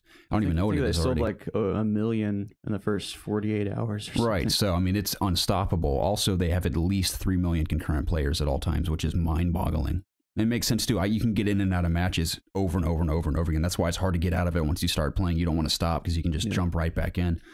But it totally makes sense to me. I think it's a little silly, but I get why they're going to try to do this. Now, for a movie or TV show, whichever they go with, I think the only way it can be interesting is if it's super meta. Now, what I mean by that is there's a short that some YouTube channel did that was really good. It was a live action. It's like, I can't remember what the title is. People have probably seen it floating around. It's getting a lot of views, but it's like PUBG in real life or normal experience in PUBG. It's all these live action actors doing like a short experience in what PUBG is like, and it's brilliant. Now, if they made the movie like that, I think it would be very successful and it'd be very entertaining. They could even go from a standpoint where it's actually people playing the game in the movie, kind of like how Jumanji just was. Yeah. But people are playing the game, it's just all live action actors, and the whole movie is just a match of PUBG. That could be cool. Okay. But yeah, I mean, they could do any number of things. They'd be like, we're just going to make a PUBG documentary, which I think would be interesting, but at the end of the day would bore me. But if they were to do a cinematic movie, I'd like it to be very meta. Now, a TV show could be interesting. You could do every episode as a different match of PUBG, or the whole season as one. Or just be one game of PUBG. One giant match of PUBG with all kinds of emotional, not like drama-wise, but just crazy emotional moments. Like, oh, we barely survived, or oh, that was hilarious. And you could even throw some of the glitches in there. I think that'd be brilliant, too. So... it's just something I'm interested in, not necessarily, but I can see the intent and I can see the potential there. Yeah, I would be interested to see how it would do. Totally. Is PUBG, big enough for something like that to work? I don't know. I think it might be. Yeah. Because like people that don't know what the game is or have never heard of it, are they going to be interested in this? That's the challenge. You got to think about it this way too. Even when I'm not playing PUBG, I love watching highlights from PUBG, especially with the new replay camera they have. So... I think they know that too, because PUBG is one of the most popular games to stream on Twitch, so people want to watch it. So why would they not try to make a movie? Yeah. Even if it tanks, like, it's worth a shot, I think. I think it's very interesting how they're trying to make it an esport too, because I don't understand how it can be an esport, because it just seems so random, It is. You could, any number of things can happen, and it can be out of your control. Yes, exactly. I mean, because when you start, obviously everyone starts equal. You have nothing, which is cool. But at the end of the day, someone may get luck. I don't know if it's completely luck. I mean, I guess Hearthstone's luck too, right? To an extent, but there's also a lot of strategy in it, which I guess PUBG has too. But like, oh, so and so found one of the best rifles and snipers in the same area, and then this other guy found a pistol. Yeah, what if you're like top player in the world, but you cannot find a gun in this like really important match? Like winner take all. Like what is that? Now I don't know if traditional PUBG, like a normal match, could be esports. Maybe a different mode in PUBG, but at the end of the day, like PUBG's golden goose is that main mode. Right. So it's the only mode, right? At the moment, yeah. Now I know Brandon Green, I think his name is, right? Yeah. PUBG, Mr. Player Unknown himself. I listened to him on the H3 podcast, and he mentioned that, of course, he has great ambitions for it to be an esport at some point. And he knows they have a lot more refinement to do till it can reach that point. But I don't know if they intend on the main mode being the esport or a different mode they create where everyone kind of starts with the same weapons or something. But that wouldn't be as exciting to me. So I don't know. Yeah. I'm not a game designer. It's not my job to plan it out. But I'd like to see it be something like that. That'd be cool. Are we going to talk about Paladins at all? Paladins. Yes, it is. It's currently like let's say it's a more niche and smaller game, kind of like Overwatch. It's a hero shooter. But they announced this week that they're going to be putting in a Battlegrounds mode. And it's going to be 100 players, kind of like PUBG. Who developed Paladins? Crap. Who is it? Oh, is that the one that's like a mix between Overwatch and PUBG? I think so. I saw a headline about that. I didn't read about it. Hold on. I'm going to tell you who developed this game. Paladins. Yeah, I think it was an IGN headline I saw. It's like, Paladins is Overwatch meets PUBG. Yeah, it's just going to be interesting because since they're doing a Battlegrounds mode and it's a hero shooter, it's going to be weird to see how that's going to be adapted. Right. Because we haven't really had a hero Battleground mode. Mm-hmm. Like, is there going to be different heroes and each one's going to play different? You know, I don't know. But hold on a second. Perhaps. Like, imagine theoretically Overwatch is a battle royale type mode. You got a Winston running around and a Tracer on a big old map shooting at each other. I don't think Blizzard would ever do that. Yeah, I wouldn't want them to either. But I guess in Paladins, do you pick up different weapons? Because kind of the point of PUBG is I don't think so in the main and, mode. I think it's like Overwatch where every character has their weapon. I guess I'll just have to watch something and read about it. Hi-Res Studios. Oh, Hi-Res. Okay, they're the ones that developed a strategy turn-based game that I played at PAX. I just can't remember what it's called. Yeah. I think it was called Hand of the Gods or something. Yeah. Well, basically, the studio's got a lot of flack for pretty much being Overwatch, basically, but it's different characters. They also sort of ripped off Hearthstone with Hand of Gods, if I remember correctly. Oh yeah. I mean, it's a turn-based like fighting game, but like on a board. But when you draw cards, it's like similar animations and similar looking designs and everything. Yeah. And I even brought that up. I was like, is there any Hearthstone inspiration here? And the guy's like, what? No, dude. I was like, yes, there is.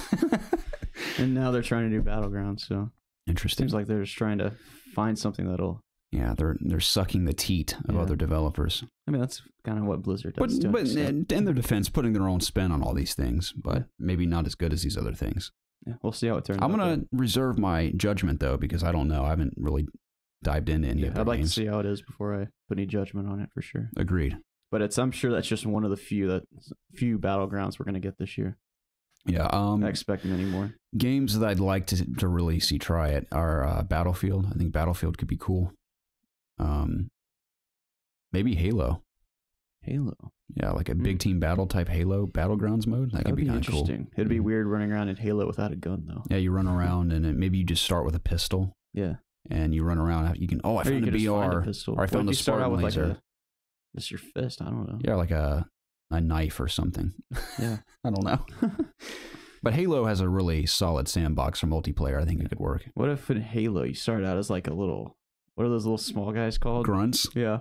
And then like each time you find like upgrades in the map and you change your model. Gosh, that would be ridiculous. I know. I think it could be fun though. Mm. But we'll see. I'm very interested to see how 343 follows up with Halo 6. I won't go on too much of a tangent here. I talk about Halo too much. What do we think? Do you think that's a 2019 game?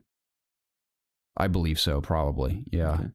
I think we'll definitely see something for it at E3 this year. I think that's obvious, but they're taking a little extra time, it feels like, to make this one. And it's interesting because I think Halo 4's campaign was okay. It was better than Halo 5's campaign to me. And then Halo 5's multiplayer is way better than Halo 4. So hopefully they can combine those two things and make Halo 6 like their flagship Halo game. Yeah. But none of them have really blown my mind. Maybe Agent Locke will be back. I hope so, but I mean, he's a cool character, but at the end of the day, they really botched the Halo 5 story. I mean, what a goof, man. I hated that. It was so dumb. One confrontation. Yeah. Terrible. But I hope Halo 6 delivers in all the ways I hope it does. I want Halo to really grab me again like I used to. Like, I really got into Halo 5 multiplayer for a little while, but I dropped off again not too long ago, so we'll see. Yeah, I don't know if there's any hope. I don't know. But Battle Royale modes, like I said, Battlefield, maybe Halo. Let me take a look around the room. Don't see anything else that's standing out to me, Jacob. So I don't know. I wouldn't be surprised if we saw some mods in some popular games that people make their own Battle Royale mode. Like maybe, what are some, like maybe Wildlands kind of has a intense multiplayer mode with Ghost War. I think it's 4 and 4. I've yet to try that. I want to try it. I kind of want to get more of a feel for the game and master the controls before I really jump into that. Okay. But I'm excited to give that a shot. Because that's actually what drew me back into wanting to play the game again, was that mode was announced. And I was like, well, that sounds really cool. So, yeah.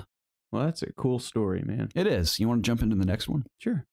like I mentioned earlier, Platinum Games is considering not only developing their own game, but self-publishing it as well. This one comes from Anthony Backus of COD Connected. He says, actually, this isn't his quote, but I got this headline from him. What I said was they're used to developing games for other publishers, but are interested in developing and self-publishing a game of their own in between the AAA and indie space, similar to Hellblade of last year. Not like subject matter, but just that caliber of a game. And it says it will not. They claim it won't affect the development of Bayonetta 3. That's slated for June, I believe. Platinum made Nier, correct? Wasn't it published by Square? Yes, they did, and yeah. Mm-hmm. Okay. Yeah, they they develop games for a slew of publishers. So they're very familiar with this whole hack and slash kind of thing. They are. So I don't know what they will do with self-publishing and developing their own game, but it's interesting to hear. And I think everyone's been saying this. I'm not the first to say this, but Hellblade is a shining example of the possibility to develop something and it be successful in between indie and AAA. Oh, yeah. So I'd love to see them try this. I mean, again, I hardly ever play any Platinum games. I have not played any Bayonettas. I've still not played Nier. Hey, you have the chance to play Bayonetta this year. I do on Switch. Will I play it? Probably not. Dude, come on. I just don't. Bayonetta looks awesome. I'll have to just see some gameplay because I've always been aware of that IP. I've just never really looked into it for myself. Mm-hmm. But at the moment, not interested. That franchise very compels me a lot. Bayonetta, huh? Yeah. Why is that? I don't know. Just always look. I've watched videos of people playing. It looks fun. Okay. I like arcadey kind of games, which that kind of is. You know, it's a lot of. Yeah, you played that. What was that Fire Emblem game you played? Yeah, Fire Emblem Warriors. Fire Emblem Warriors. I'll get back to that eventually. Will you? I need to finish it. I mean, I bought it for I think $60. $60? I think so. I mean, I'm not downing it because I don't know anything about it. Maybe it's 40. Man, I haven't bought a game for $60 in a while. Really? PC Man's a beautiful thing. Yeah. So, but I thought it was an interesting story. I'm excited to see what they come up with. If they do that. Now, they haven't said we're going to do this. They said they're heavily considering it. Now, why would you announce that to media if you weren't going to do it? Mm-hmm. But we'll see.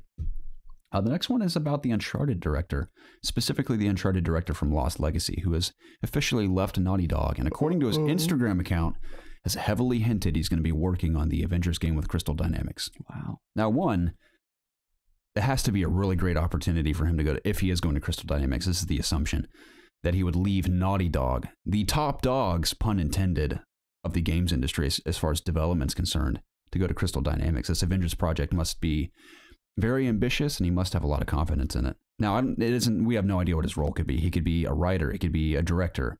He could be, I assume, one of those two things. Or some sort of a lot of money. Exactly, but his strengths seem to be in directing games. Now, he didn't direct all of these games. Like it says, he spent 7 years at Naughty Dog. He joined the studio during the early days of The Last of Us. He went on to contribute to the Left Behind DLC and Uncharted 4: A Thief's End before leading the charge on Lost Legacy. Now, I don't know what he did on the previous games, but clearly has a knack for direction. So I don't know what he could do. But I wanted to take a minute to discuss this Avengers game because Infinity War is imminently upon us. And by imminently, I mean about 5 months from now. But that's going to sneak up on us quicker than we think, especially in our busy lives. So I'm very excited about that. So that movie clearly is going to kill at the box office. Will it be great? I'm very confident it will be, one, because the cast is incredible. We've known that for 10 years now. And also the Russo brothers are brilliant directors. Civil War is one of my favorite Marvel movies, and they also killed it with, I think they did Winter Soldier as well. So I have the utmost confidence in that film. Now, will the game be as cool? For some reason, I've personally never been attracted to like team up games, like what's that Marvel game where it's like it's kind of like Mario Party, but you can pick different characters and go and fight stuff. Marvel Heroes? No. I know that's a game, but Marvel Heroes Omega? No, it's Marvel. That game shut down. Right? I can't remember what the name of it is, but yeah, I have no idea. Like, is DC Universe Online? There's no, it's obvious. I just can't remember the title, but which just goes to show I never played them because I was never really interested. But how do you think the Avengers game will play out? Do you think it'll be? God, I don't know. Like a cooperative? I think didn't we read something like it's gonna be like a third-person cover-based game, which made no sense whatsoever. Yeah. I don't know, man. I don't know what they mean by that. Maybe it's gonna be like a narrative, maybe. I don't see that though. Like a story-driven game versus like just like a beat 'em up game or something. The team is going out and doing objectives. I don't know. Like, what if at each mission you choose, what if it was like kind of tactical in a way? Like it's clearly an action game, but each hero has different abilities. Obviously, like Iron Man has more armor. He can fly around and shoot rockets. Spider-Man can swing around. I don't know. Dude, I have no ideas for what this game can Maybe it's like 4-player co-op, similar to that game I can't remember the name of, where you just pick 4 characters and run through a mission and do stuff. I don't know how it's going to be cool. Those games where you just pick your party and you do I don't know if they're trying to capitalize off the success and popularity of Avengers and the Marvel Cinematic Universe or what, but I don't even know what to predict for this game. Yeah, we haven't really gotten it much to go on either. Because I'm not even a game designer, and this sounds very difficult. Yeah, I feel like Avengers overall is just hard to conquer for a game. Like, if you're not going to do a fighting game, like, what do you do? But hey, it's got to have some sort of promise if someone's willing to leave Naughty Dog to do it. Yeah. Again, like you said, it may have just been money, but like, F it, I'm making more money here, which can't blame someone if they want more money. But at the end of the day, these people that work on video games sacrificed a lot in their lives to make them. So you got to think most of them have a part of them that are passionate about what they're doing. Otherwise, they wouldn't do it. Yeah. So there's got to be a lot of promise there. Yeah. And I hope it delivers. I do too. So this, at the very least, the Avengers game intrigues me. Me too, Jacob. Yeah. We have a story from our old friend Joe Screbbles of IGN. It's been a while. Yeah. I rarely pay a visit to IGN for news anymore, but I'm glad I did this time, Jacob. Tell me about it. Because according to Joe Screbbles, Burnout Paradise HD Remaster exists, and it's coming out in Japan on March 16th. Whoa! He says, which hopefully means we'll be getting it worldwide too. It's not clear how extensive the remaster work being done is here, given the short time between announcement and release. It looks mostly like this is a port for modern consoles with an upped resolution. The game previously became backwards compatible on Xbox One in 2015, and it was originally released in 2018. Now, back in the day, IGN gave it an 8.8, and the Metacritic score's a 9 out of 10. It was originally released in 2018? No, 2008. Oh. Did I say 2018? Yes. Not surprised. 2018's on the mind. But 2008, Burnout Paradise is one of the few racing games I played in my day, and it's also one of my favorites. There's a big Need for Speed fan on PC back in the day. As far as consoles concerned, the only games I've really ever gotten into is Burnout. I like Burnout Revenge, and then Paradise I loved as well. Good. And I don't know how it'll hold up compared to modern racing games. I know this is hilarious. I know it's not a racing game, but I consider GTA some of the best racing I've ever played in a video game. It is so much fun. Oh, yeah. And I love arcade racers. I played Gran Turismo on PS2 when I was a kid, but I never really understood it. I didn't understand why it was so difficult. That's before I understood the difference between an arcade racer and a racing sim. I've never really been into the racing sims because I'm not much of a car guy. I feel like GTA's Online thrives because of the racing. That's a huge part of it, yeah. I mean, I think cunning stunts is one of the most fun things I've ever done in a video game. What's cunning stunts? It's the racing mode in GTA where it's like basically Hot Wheels. Okay. Where there's like giant tubes in the air and huge jumps and massive Is that still ramps. In the game? Oh yeah, it's incredible, That's awesome. Jacob. It's the most fun I've had in GTA you by have to far. pay for it? I think if you buy the PC version, you automatically have it. Yeah. I have it. It's brilliant. I love it so much. I need to boot that game up this weekend. You should. See how it is. Allow me to join you. Maybe. We can go on a little stroll through Los Santos and maybe shoot some innocent bystanders. Yeah, part of me wants to play through that story again just to do it. I don't know. It was fun. I'll probably just jump onto online, though. Sounds good. I didn't mean that to sound as dark as it sounded, to shoot some innocent bystanders. I mean, that's what you do in GTA. You run them over. You punch them in the face. GTA is a playground where you can do anything. Basically. Almost. Almost. But yeah, Burnout, I don't know how it holds up compared to modern racing games. I hope it still feels great if this does indeed come release worldwide. I think that'd be so cool. I have never played a Burnout game. I always just loved the destruction. This is the first open world racing game I played where you can just go anywhere at any time. Right. Compete in random races, customize your cars. Well, hey, Garrett, Crew 2 is coming out this year. Right. Go anywhere in America that you want. Right. That's a good point, though, because compared to racing games like that, I don't know how it'll hold up. Right. But I will say I heard Paradise City from, I think it's Guns N' Roses, maybe. What band is that? Take me down to the Paradise City where the gods and the girls gone pretty. Take me home. Yeah, that one. I heard that one too many times playing that game, and it drove me mad. It's the just on the radio. It's the theme song of the game, and it also comes on the radio every 5 seconds.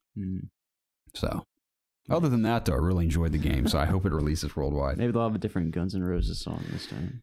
I don't know if it's the same game. If it's a port, or I don't. And they also said they don't know how much it'll be remastered. So if it'll be just a port, or if it'll be just slightly up-res, or what. Are you gonna get this? It depends on what it is. If it's, let's just say it's a port, there's no difference other than just it's the game for modern consoles. Maybe.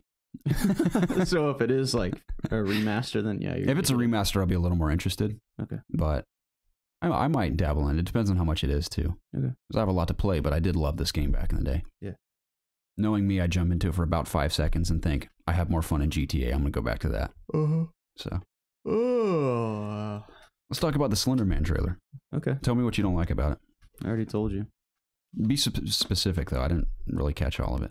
I think that it just doesn't look very scary. It doesn't even look suspenseful to me. I don't know. For some reason, I was just watching the trailer and it didn't make sense to me. Did you get that feeling? I know like not every trailer makes sense, but a trailer is supposed to be representative of the movie for me. I need to watch it again. I don't know. It felt weird and just disjointed to me. What? I didn't really understand what was going on. I think it might be a cross between the game and what happened with those little girls that were obsessed with Slender Man, and that those girls killed their best friend, which is horrifying and disturbing. These little girls, this is a true story. You can watch a documentary about it. These 2 little girls had a deep obsession with Slender Man. Okay. And they believed he existed, and they saw him in the woods and everything. And they're like elementary school age, maybe middle school. Mm-hmm. And there was 2 of them that were really obsessed. One of them was like the ringleader, and the other girl was obsessed, but not quite as obsessed as the other girl. And they ended up killing their friend for Slender Man. I think they stabbed her to death.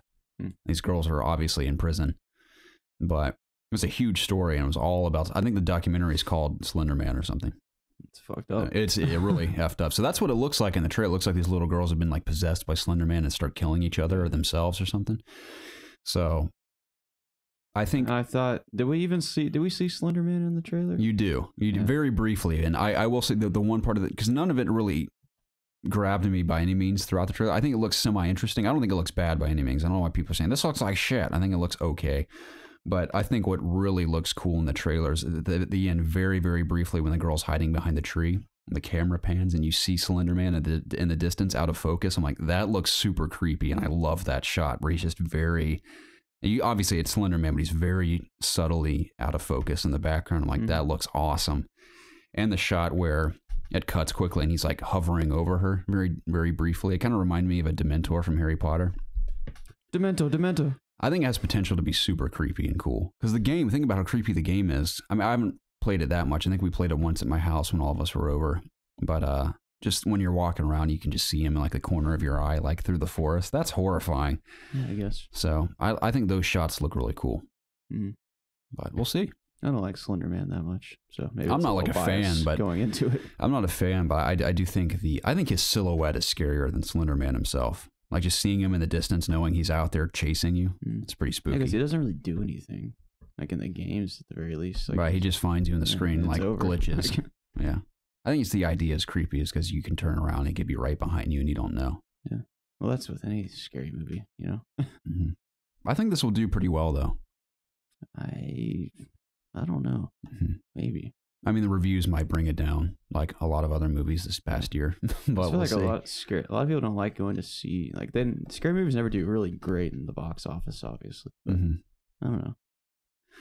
I mean, it has some do, like Get Out did very well. Yeah, that was more of a horror comedy. It did really well. Oh yeah, it killed it. It's an exception. But that kind of had the name behind it. That was like a cultural phenomenon when it came out. I still haven't seen that. It's excellent, dude. It's so good. Man, I'll never watch it alone. So how about you watch it with me and Casey? Why? Because me and Casey love it, and you can watch it with us. You won't be alone. Will you guys snuggle me? Yeah, of course. One on each side. Especially me. Oh yeah. Perhaps maybe she can just not be there, and you could snuggle me. Yeah, I mean that's fine with me. Okay. We'll tell her we're going to have like a steak dinner and talk about sports. Yeah, we'll talk about sports. Yeah. And that's what we'll really be doing. Yeah. So it's more than just a horror movie, though. It's great characters, amazing writing, hilarious moments as well. Are you talking about it? Yeah, it's a very, very fun movie. Okay. So let's watch it soon, Jacob. Okay. So before I jump into community questions, because there really is no main topic, is there anything you want to discuss that's main topic worthy before I go into community questions? Garrett, I got to tell you, not a thing. Not a damn thing. I'll tell you one thing, Jacob. This coffee's running right through me. I'm going to poop my pants here in a minute. That's the worst part about drinking coffee is that you just got to poop. Now, when I'm out and about, that's terrible. But when I'm at home, I invite it. I love it so much. It's a good way to cleanse the bowels. Exactly. If I can just take a dump in my own throne, it is a beautiful experience. Oh, yeah. So I love taking dumps. me too. And this coffee is it's pike roast, medium roast from Starbucks. Pike roast? It's pike is the name of the medium. They're all weird names. I think Verde is the blonde roast, which is the light roast from Starbucks. There is Pike, which is the name of the street the original Starbucks is on in Seattle. Is their medium roast. It's the most popular. And then their dark roast is called something. Dark. The darkness. I can't remember the name of it, but I drink dark roast the most. I blew through all my dark roast. This is Pike. But Pike, man, and dark, they run right through me, dude. It may have been a mistake drinking it on this podcast, but I needed it because I was up way too late last night. Still got a lot to go, so. I do, yeah. It's slowly turning into a lukewarm brew. Yeah. Which is everyone's favorite. Oh, God. Cold coffee is the worst, dude. What about iced coffee? Oh, iced coffee's good, but warm coffee that's got room temperature coffee, it's bad. It's awful. Oh yeah. I don't know a single person who likes it like that. Yeah. I think my mom does. It's kind of like beer. I can only drink it very hot or very cold. Very hot? I'm just kidding. What? Just kidding. Yeah. No, absolutely not. That would be awful. Yeah, I don't like beer that much though. I haven't had beer in a while. I take that back. I had a Blue Moon a couple nights ago. Blue Moon. Yeah. Not that exciting of a beer, but it's pretty good. I've been really into Jack and Coke recently. I know it's a very generic drink, especially for Americans. You don't drink a lot of alcohol. I don't. I had I'm surprised you're drinking Jack. At all the events I go to for the video game stuff, there's always some sort of after party, and Okay. I typically jump to the Jack and Coke as my go-to. It's a pretty easy and safe drink. It is. It's an enjoyable it tastes beverage. Fairly good. So. It's an enjoyable beverage for me, especially with a slice of lime. I agree. I'm the generic American man drinking his Jack and Coke in the bar. The lime really does make it better, though. I agree. I mean, just Coke with lime in general is one of my favorite soft drinks. I agree. But on that note, Jacob, you want to jump into some community questions? Yes. Ladies and gentlemen, thank you so much for your continued support of this YouTube channel by sending us community questions week in and week out that keep the conversation flowing in the latter half of the podcast. It's always one of my favorite portions of the episodes because we can not only hear from you directly, but answer all kinds of unique questions, whether they be funny or interesting or disturbing. Never had a disturbing one, but there's always an interesting variety on the community questions. So we thank you for doing so. And please continue sending us anything you think of, you want us to want to talk to us about. And remember, it isn't just for us. It's for everyone listening to not only think about themselves, but perhaps comment down below about how they feel about these questions. Yeah, maybe you can inspire someone else. Exactly. So Ask IOG, like we said, it does exist. There is a chance we record this week. Yeah. Can't make any promises, but yeah, we can't promise that ever again. We won't promise it again, but there is a chance that it could be any week. So always continue sending us, because the more you send us, the more episodes that will come out in the future. We already have enough for like 4 or 5, so we're locked and loaded, but keep doing so because we will just keep the conversation flowing. We appreciate it. But if you want your questions read on either this show or our additional podcast, Ask IOG, you can reach us in one of 3 places. You can email us at ItsObviousGaming@gmail.com. You can tweet at us at obvious_gaming, or submit your questions in the Ask IOG section of our Discord channel. Now, if you send us these questions, always include the hashtag AskIOG. That's ASK capital IOG, or Ask EOG, however you prefer to pronounce it. So we know that you want your questions read on the show. Otherwise, we're going to read something you didn't want us read on the show, and that would be terrible. Yeah. But if you want to talk, by any means, you can message us anytime, and we always respond wherever it's at. Facebook, Twitter, Instagram, email. If you just want to chat, let's do it. Discord. Absolutely. Discord's a big one. So yeah, we encourage you guys to send more questions, and thank you again for all of your support. But the first one comes from Slowbro. The full name is Slowbro DTP 1528. Slowbro, popular Pokemon. Yes. I caught a few of those in Pokemon Go. How did you? I did. Did you catch Slowpoke or Slowbro? Slowbro is the one with is he the evolution? Yeah. Maybe it was Slowpoke. He has like the thing on his tail. Okay. It's biting his tail. I was bound to see at least one of those at Universal Studios when we were there. That was a breeding ground for Pokemon. Oh yeah, a lot of water types there. Yeah. Anyway. That was a good game. No, it wasn't. It was kind of fun for a while. It took over the world. Yeah. Some people are still really into it. A few people are. I heard an interesting interview. This is a side note real quick before we jump in. Slowbo, you've spawned a conversation with your name alone. An interview where the entire Star Wars The Last Jedi cast and crew were all obsessed with Pokemon Go, because when they were filming, that game had just come out and it was super popular. It's hilarious to think that the Star Wars cast and crew were playing that game while filming the movie. Like they said, it's like one guy shouts on set like something rare spawned. I was like, oh my god. The girl who played Rose pranked Ryan Johnson and said, "There's a Pokemon outside." And he like freaked out, and they were about to do a take. He's like, "I'll be right back," and he like literally ran out of the studio. And he said he went outside and she had left like a picture of Pikachu or something on the ground. Oh, and it was a goof, but that's funny. It was funny. They're all catching Pokemon all over the place. Maybe that's why the movie wasn't as good as it needed to be. Yeah, they're all distracted. They shouldn't have said that. That's the reason why it's not very good. Not saying it's a terrible movie. It's just not my favorite. All hail the Prometheans. The what? Or the Prometheans. What's that? You know, like the Prometheans, but the Prometheans. What's Promethean from again? A lot of things. No. Okay. I think the Prometheans were in Mass Effect. I think. Okay. I swear I've heard the name Prometheans tossed around. Yeah, all over the place.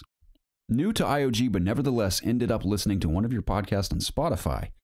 In this certain podcast, you guys mentioned Halo 3 and briefly talked about online multiplayer matches.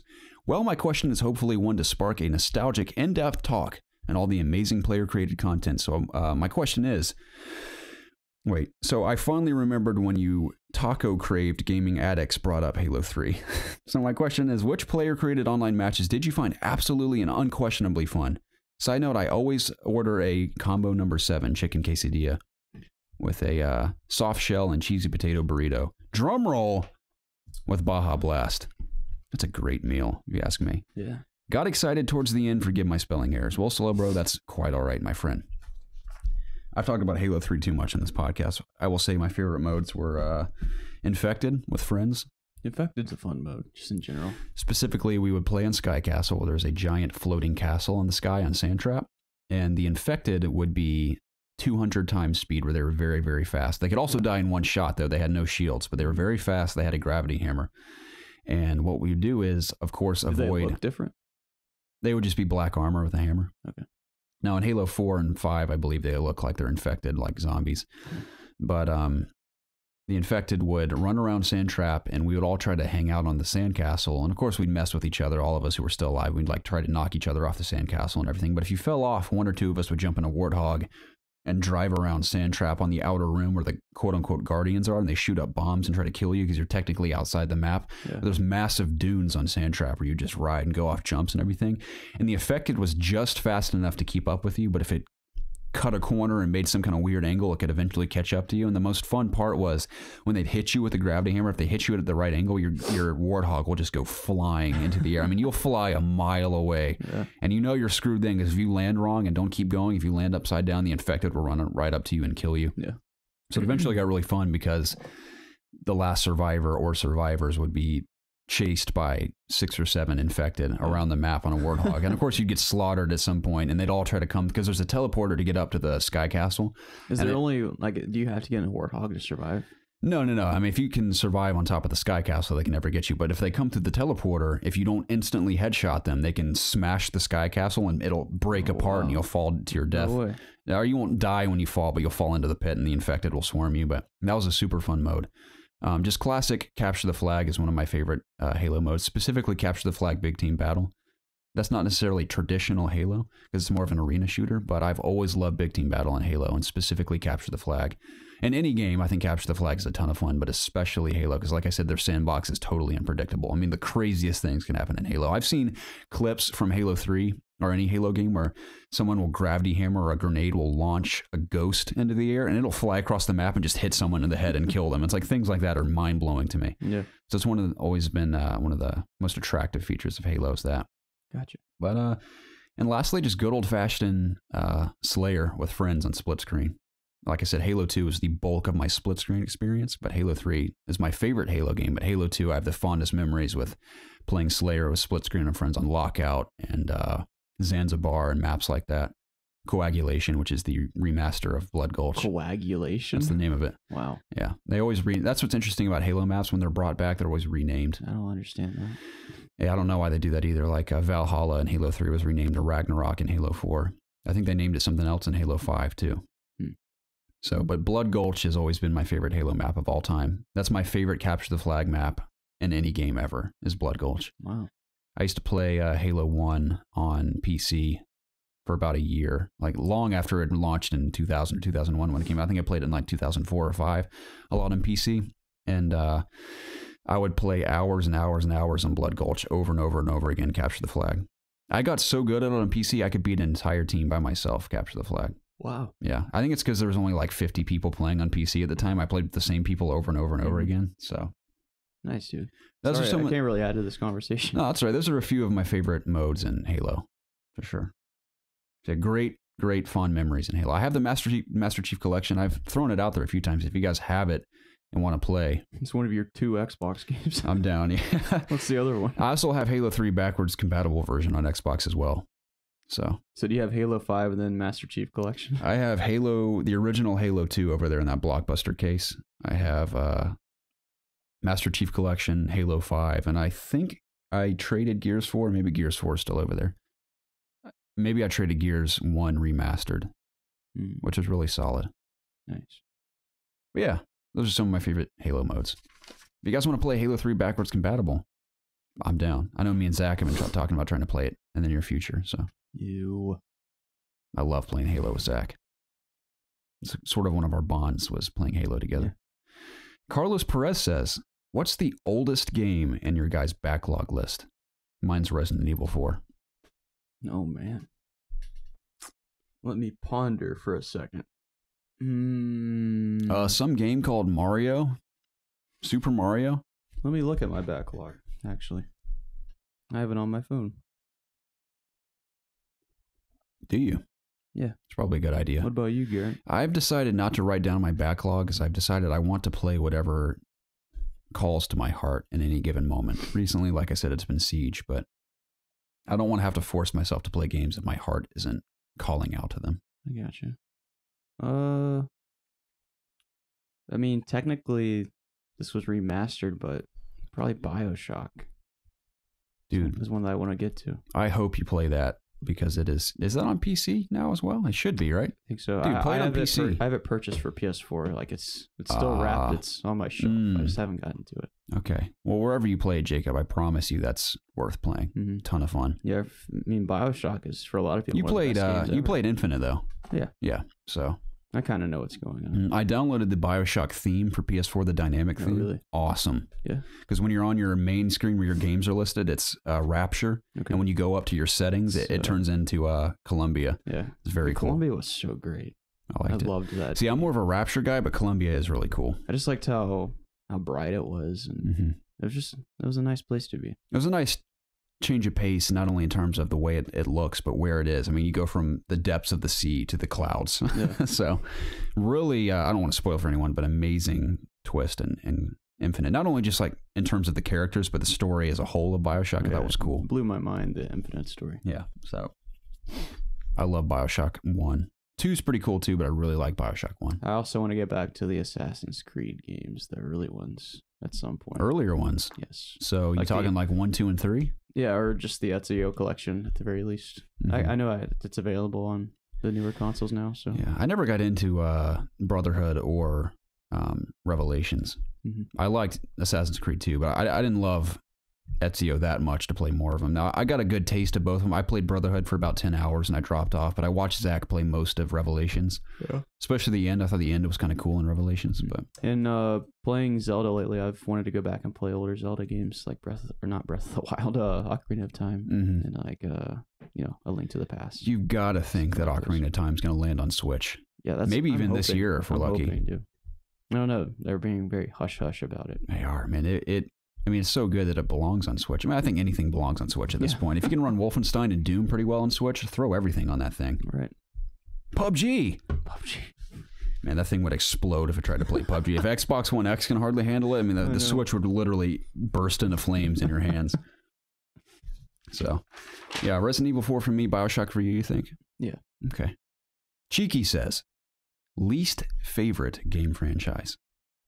Anything from Ubisoft for Jacob? Yep. Is that true? Least favorite. It's not something you really think about. I know. I don't think about it either. No Man's Sky. Yeah. I guess franchise means multiple games. Or just a game. You could technically say your least favorite game. But least favorite franchise. I just burped, Jacob. Oh no. Least favorite. God, Garrett, I don't know. This is very, very difficult. These are things I just never think about. I don't play games I don't like. Exactly, that's why it's hard. Maybe a game from a franchise that from a franchise you didn't enjoy, and that's why you don't play the rest of them. I honestly can't think of anything. I can't either, dude. Let us know in the comments what. Yeah, what's your least favorite game franchise? I have no idea. I hate to gloss over this one, but I just don't know. I'm blinking big time. I don't know. I don't like hate games. Me neither. That I play. I go in knowing that I'm gonna at least enjoy something somewhat. Maybe. Yeah, I got nothing, dude. I can't think of anything. Me neither. Sorry, man. Maybe like a genre. My least favorite is probably either racing or fighting games. Is probably my least favorite. Mine would be fighting. So, just because I suck at them. But oh well. I mean, as a game that I don't like, No Man's Sky comes up, but I'm sorry, Cheeky. I wish we could answer that a little better. Gimme Lucky says, "Gentleman and Jacob." No. You hear that, Jacob? Gentleman. That means I'm above. And Jacob. You think so? I've ascended to greater. Either that or you're not a gentleman because you're so strong. It's impossible for you to be gentle. I'm just a barbaric. You're a brute. Idiot. Far Cry 5 is coming out in the near months, and I was wondering if you guys have played Far Cry 3 Blood Dragon. What did you think of it, and would you want a sequel? I think the style is badass, and I hope, or how can you go wrong with a name like Rex Power Cult? Also, the soundtrack is sweet. Stay obvious, boys. It's one of my biggest regrets is not playing that game. You never played it? No. Oh, wow. You played Far Cry 3, though, didn't you? I did. But I never played Blood Dragon. I played it. I don't remember a whole lot from it, but it was very cool. I think that's one of the coolest DLCs anyone's ever done. Oh, definitely.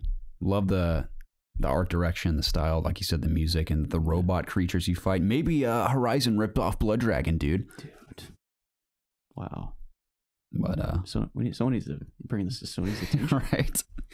But I really did enjoy Blood Dragon. I think a sequel would be great. I don't know if it'd work as a full game. Maybe it would. If there's a large enough fan base, it'd be a bold move, that's for sure. Yeah. But maybe they'll do a similar DLC pack in Far Cry 5, yeah. Maybe it'll be cool. Like Blood Dragon 2 or something. People would totally buy that. Oh, yeah.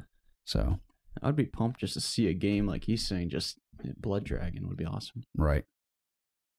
Yeah. I think it would be in Ubisoft's best interest to throw Blood Dragon sequel into the DLC of Far Cry 5 because people will eat that up. Or just make a game that's based around that kind of setting. Yeah, kind of like a Cyberpunk 20 something, whatever it's called. Imagine a Far Cry in a futuristic city like that that's Blood Dragon inspired. That'd be awesome. That's basically Cyberpunk, but in Far Cry. That'd be so cool.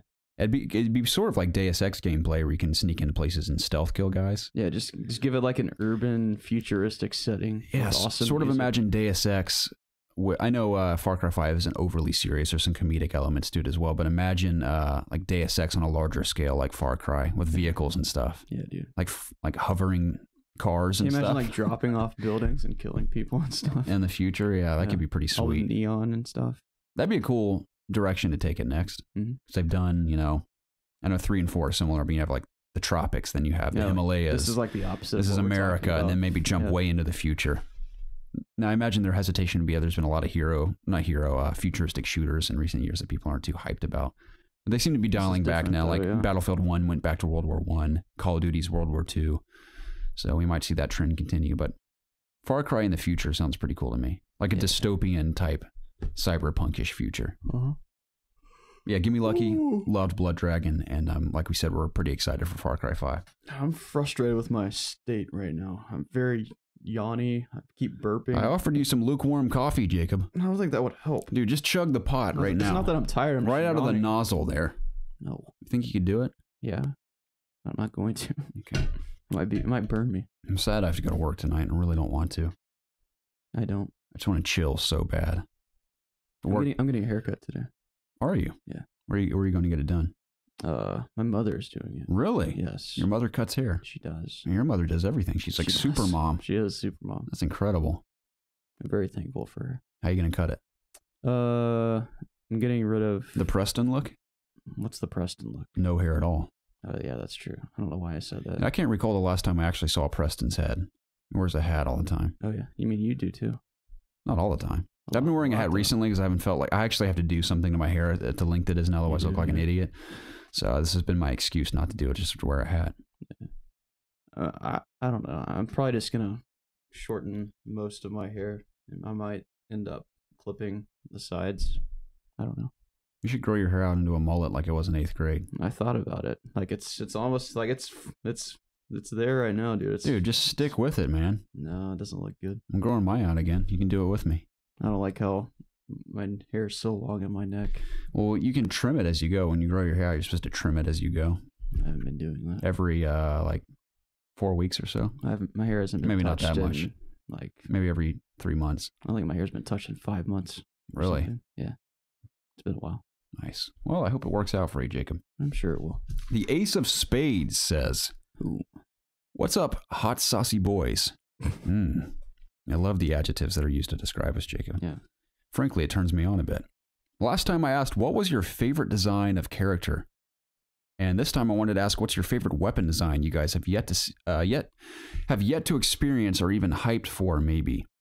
What is the aesthetic, or was it the aesthetics that got you, or was it how well the character matched with that weapon itself? Even the concept of how it shot, reloaded effects, even swords for that matter. What made you guys feel like you wanted to keep that weapon to the day you die? What attachment made you feel that way about it? I love your guys' podcast and videos. Keep doing amazing. Stay shaken, bacons. Thank you, Ace of Spades, for your question and support. Yeah. I have a lot of weapons I can talk about in video games. Do you want to start or do you want me to start? Go ahead, start. Okay. I want to start with Call of Duty Modern Warfare 1. No. Call of Duty 3 is what I'm going to start with. The Kar 98K German sniper rifle was a manslayer for me. I've talked about this in the past. I would get 120 kills a match with that gun. Capture the flag, of course, my favorite mode, like I said, in most shooters. I ran around with that sniper, and that is the best I've ever been at a first-person shooter was Call of Duty 3, which is ironic because it is the least popular Call of Duty of all time.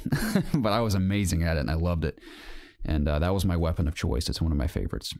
Design is whatever. It's just a World War II old-looking sniper rifle, but it was so deadly. I thought it was superior to the Springfield as well, the American sniper in the game. And I was unstoppable. Cool. I wish we were YouTubers back in the day because I had some crazy highlights from that game. That one, in Modern Warfare 1, the M4 carbine was a favorite of mine. I also liked the MA1, whatever that sniper is. It's really popular in Modern Warfare 1. I love that gun as well. Again, not necessarily the design of either of those, but the way they performed. I loved the M4 with an ACOG on it. Not an ACOG, red dot, and the sniper with an ACOG. Deadly weapons. In Halo 3, I always liked the reload animation and sound of the assault rifle. I know that's random. I always liked that. Now, the gun sounded like a stapler to me. I think the sound effects in Halo 4, at least for the assault rifle, are superior to Halo 3. Fun fact about Halo 3, Halo 3's BR is my least favorite BR ever in Halo. Okay. Halo 2's I love. Halo 4's is pretty great. I think Halo 5's is the best BR I've ever felt. I think they mastered the feel of the BR in Halo 5. Halo 3's just felt weak to me. And the reticle just felt like I was never doing anything. Now I could obviously get a lot of kills in Halo 3 with the BR. It just never felt, they didn't really pack punch to me. Like the Halo 2 BR felt great. Halo 4's felt very powerful, and Halo 5's just feels very precise. So, of course, the Lancer from Gears of War, the chainsaw on it. I mean, that changed my life the first time I saw that. It's one of the coolest guns ever. Like when I saw that original demo and Cliffy B demoed it for the first time on 360. That's when I started begging my parents for a 360 is because of that demo. But when I saw him chainsaw a Locust in half, and at the end of the demo, he's like... You didn't show your parents that, did you? What? The chainsaw of the Locust. I showed them. And that's why I couldn't get it at first, but I kept begging and I eventually got it. I don't know about this, Garrett. Yeah. I don't want you chainsawing people. By the end of the demo, I remember Cliffy B was like, yes, that is a chainsaw on the gun, and everyone was going crazy. So that's a popular one, of course. What's another one? There's a bunch. I know there's a bunch. I'm looking around my room. Yeah, I could say so. Yeah, let's hear it. Of course, my go-to in any weapon conversation is the Keyblade from Kingdom Hearts. Such a great weapon. It has all these different visual, styles you get for completing worlds, and always keeps it fresh, which is nice. And then, in particular, I remember, I think it was Roxas that has the 2 Keyblades in Kingdom Hearts 2. Yeah, looks really awesome. Mm-hmm. I think one's like silver and one's dark. It's like a black color. When that fight scene where you fight him, it's really awesome. That's a good one. I didn't think about that. Oh, I always think of the Keyblade. For a gun, Black Ops 2, I loved the MP4. I think it was the MP4 submachine gun. That gun kicked so much ass, dude. I loved it. Black Ops 2 was a fun game. Yeah, I got to the point where I think I got the diamond camo because I got gold on all the submachine guns. I remember that. I loved that game. Another one is, I have several from World of Warcraft. They're all like legendary weapons. Calabar's magic wand. No, Garrett. Zubaka's staff of vengeance. One was the legendary daggers that I spent like months trying to obtain, and I got for your them. rogue. Yeah, they were these little, they were kind of orange pinkish daggers, and they had like an eyeball on them that moved, and eyeball. There were tentacles on the daggers that moved. They were super awesome. Sounds pretty gross to me, Jacob. It was a little gross, but it was awesome. That's cool. They're very shiny, and like when you were equipped them, people knew you were not to be messed with, and that was me. Then there's like let's see, there's another popular character in WoW is named Illidan. He's on the cover of the new expansion, actually. He has those gleaves, those green gleaves, and those look really badass. This one's kind of strange, but I've always, you remember the chain from, I think it's Bloodborne, or the whip? Remember the whip? Yeah. I loved using that. And like I went down, I think I chose a certain stat to make that most useful for myself until I got the daggers. But I loved using the fucking whip on people. It didn't do a lot of damage, but you could do a lot of quick attacks with it. So it kind of made up for it. Yeah, that's a good one too. This is technically in the game, but Kylo Ren's lightsaber. I've always been obsessed with his lightsaber ever since that first trailer we saw for Force Awakens. It's certainly the most unique lightsaber. Mm-hmm. I love how it just growls and crackles every time we see it. Yeah. And I've played Kylo Ren a couple times in Battlefront 2 when I was playing the campaign, and then I played a couple multiplayer matches, and it's pretty deadly. Yeah, he's fun to play around with. But, agreed. Those are the ones that come to mind for me right now. Oh, I guess there's some cool ones in Destiny I should bring up. The Last Word. That's a super fun hand cannon. That's my favorite hand cannon. Yeah, the one you could just, pop, pop, pop, pop. And spin around. Are there any guns like that in, like, is Red Dead kind of play like that? Can you, like, fire your gun like that? Yeah. Okay. Yeah, there's a mode. I like that. I can't remember. I can't remember the mode's called. Not a mode. An ability where you slow down time. I just want to know if I can fire my gun like that. Yeah, you can. Okay. I mean, you can fire just on your own like that if you want, but you can also. There's a. I don't know if I assume this will be in the sequel where you slow down time and you mark wherever you want to shoot someone in their body. Yeah. Especially if you have this one pistol that has like 15 rounds in it, you can just unload on someone in the face. It's brutal. I wonder if there's going to be like rarities for guns in that game. Like, I don't know how Red Dead works. I mean, think GTA. I mean, it's similar to GTA. So there's not really like upgrades. I mean, you can buy weapons, right? Not that I know of, unless they make changes to Red Dead. Okay. But I mean, again, you got to consider Does it work like it's the Old West, where you like buy weapons and you just have them in your weapon wheel? I can't remember exactly how it was. So you do have a weapon wheel though, of multiple weapons. Like one of the deadliest rifles was, I think it was the Buffalo rifle. Okay, you basically kill anyone with one shot with that gun. Gotcha. So then the Suros regime. Remember that gun? I remember it. One? Galahorn. Deadly rocket launcher. A lot of cool weapons in Destiny. I remember I would intentionally spin the Last Word in my hand over and over and over again, because if you just double tap the change weapon, it would spin it. So I do that all the time. Halo 3 Sniper I like a lot too. I know there's stuff I'm forgetting. Those are the ones that stand out to me at the moment. Yeah. So we named quite a few. Yeah. What are we on now? Waffle Stomp. Ooh. Interesting name. Jacob. Do you own an Xbox And if you do, would you like to play Overwatch sometime? Be kind here, Jacob. I have an Xbox One Day One edition. My controller actually says Day One on it, so be jealous if you want. Yeah, I'm just green with jealous rage at the moment. Will I play Xbox Overwatch with you? No, I won't. One, because you're locked and loaded on PC on Overwatch. Yes, and I don't play my Xbox. Sadly. Yeah. Not that I don't want to play with you, of course. But I'm not going to play any Overwatch on anything but PC anymore. I understand that. I can't go back to a joystick shooter. I can't do it. Or thumbstick. Sorry. I guess a thumbstick is a joystick, right? Yes, yeah. It's the same thing. It's just smaller stick. Well, Jacob Alka, breaker of hearts. Yeah, sorry, but but I do hope you have fun on Xbox. It's a great console. I agree. Maybe not the best place to play Overwatch, but whatever you want to play, right? I think you said it well, Jacob. In conclusion, Sam Harris says, bless you to bits. He didn't say that. I said that. I'm sure he would bless you if he was here. Salutations, you sexy beasts. A penny for your thoughts. Imagine a world where gaming is so ubiquitous that it has fully been integrated into society. Esports is the most competitive form of entertainment. Schools offer game design as a prestigious degree, and all generations of people play all sorts of games. That being said, what would you say would be the pros and cons of a world like this? Love to hear your thoughts. As always, keep running. Pros and cons of a world fully integrated with video games. Maybe health would be an issue. Just being constantly sucked into video games all the time. There's also a lot of health benefits to gaming. I mean, think about our hand-eye coordination. Our hand-eye coordination is probably awesome.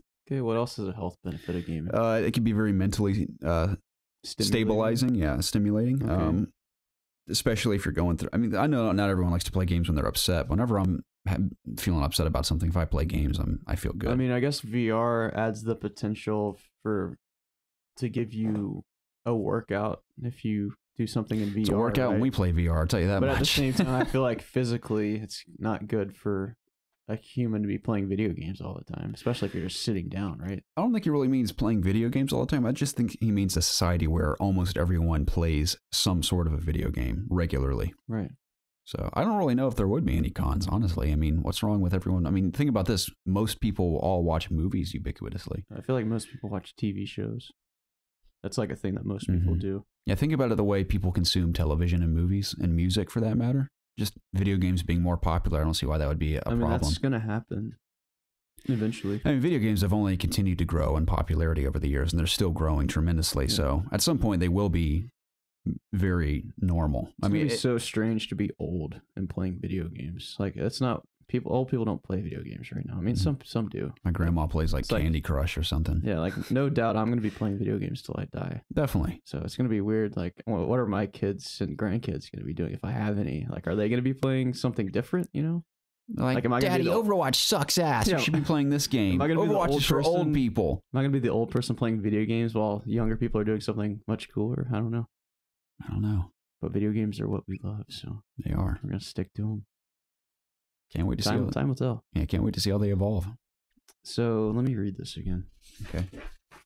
Just the pros and cons of a society fully integrated into video games. I mean, esports would be awesome. I love traditional sports, don't get me wrong, but it would be cool to see esports kind of reach that same echelon of popularity. Like NBA and NFL. Yeah. Which great. I guess Overwatch League is trying to do to an extent.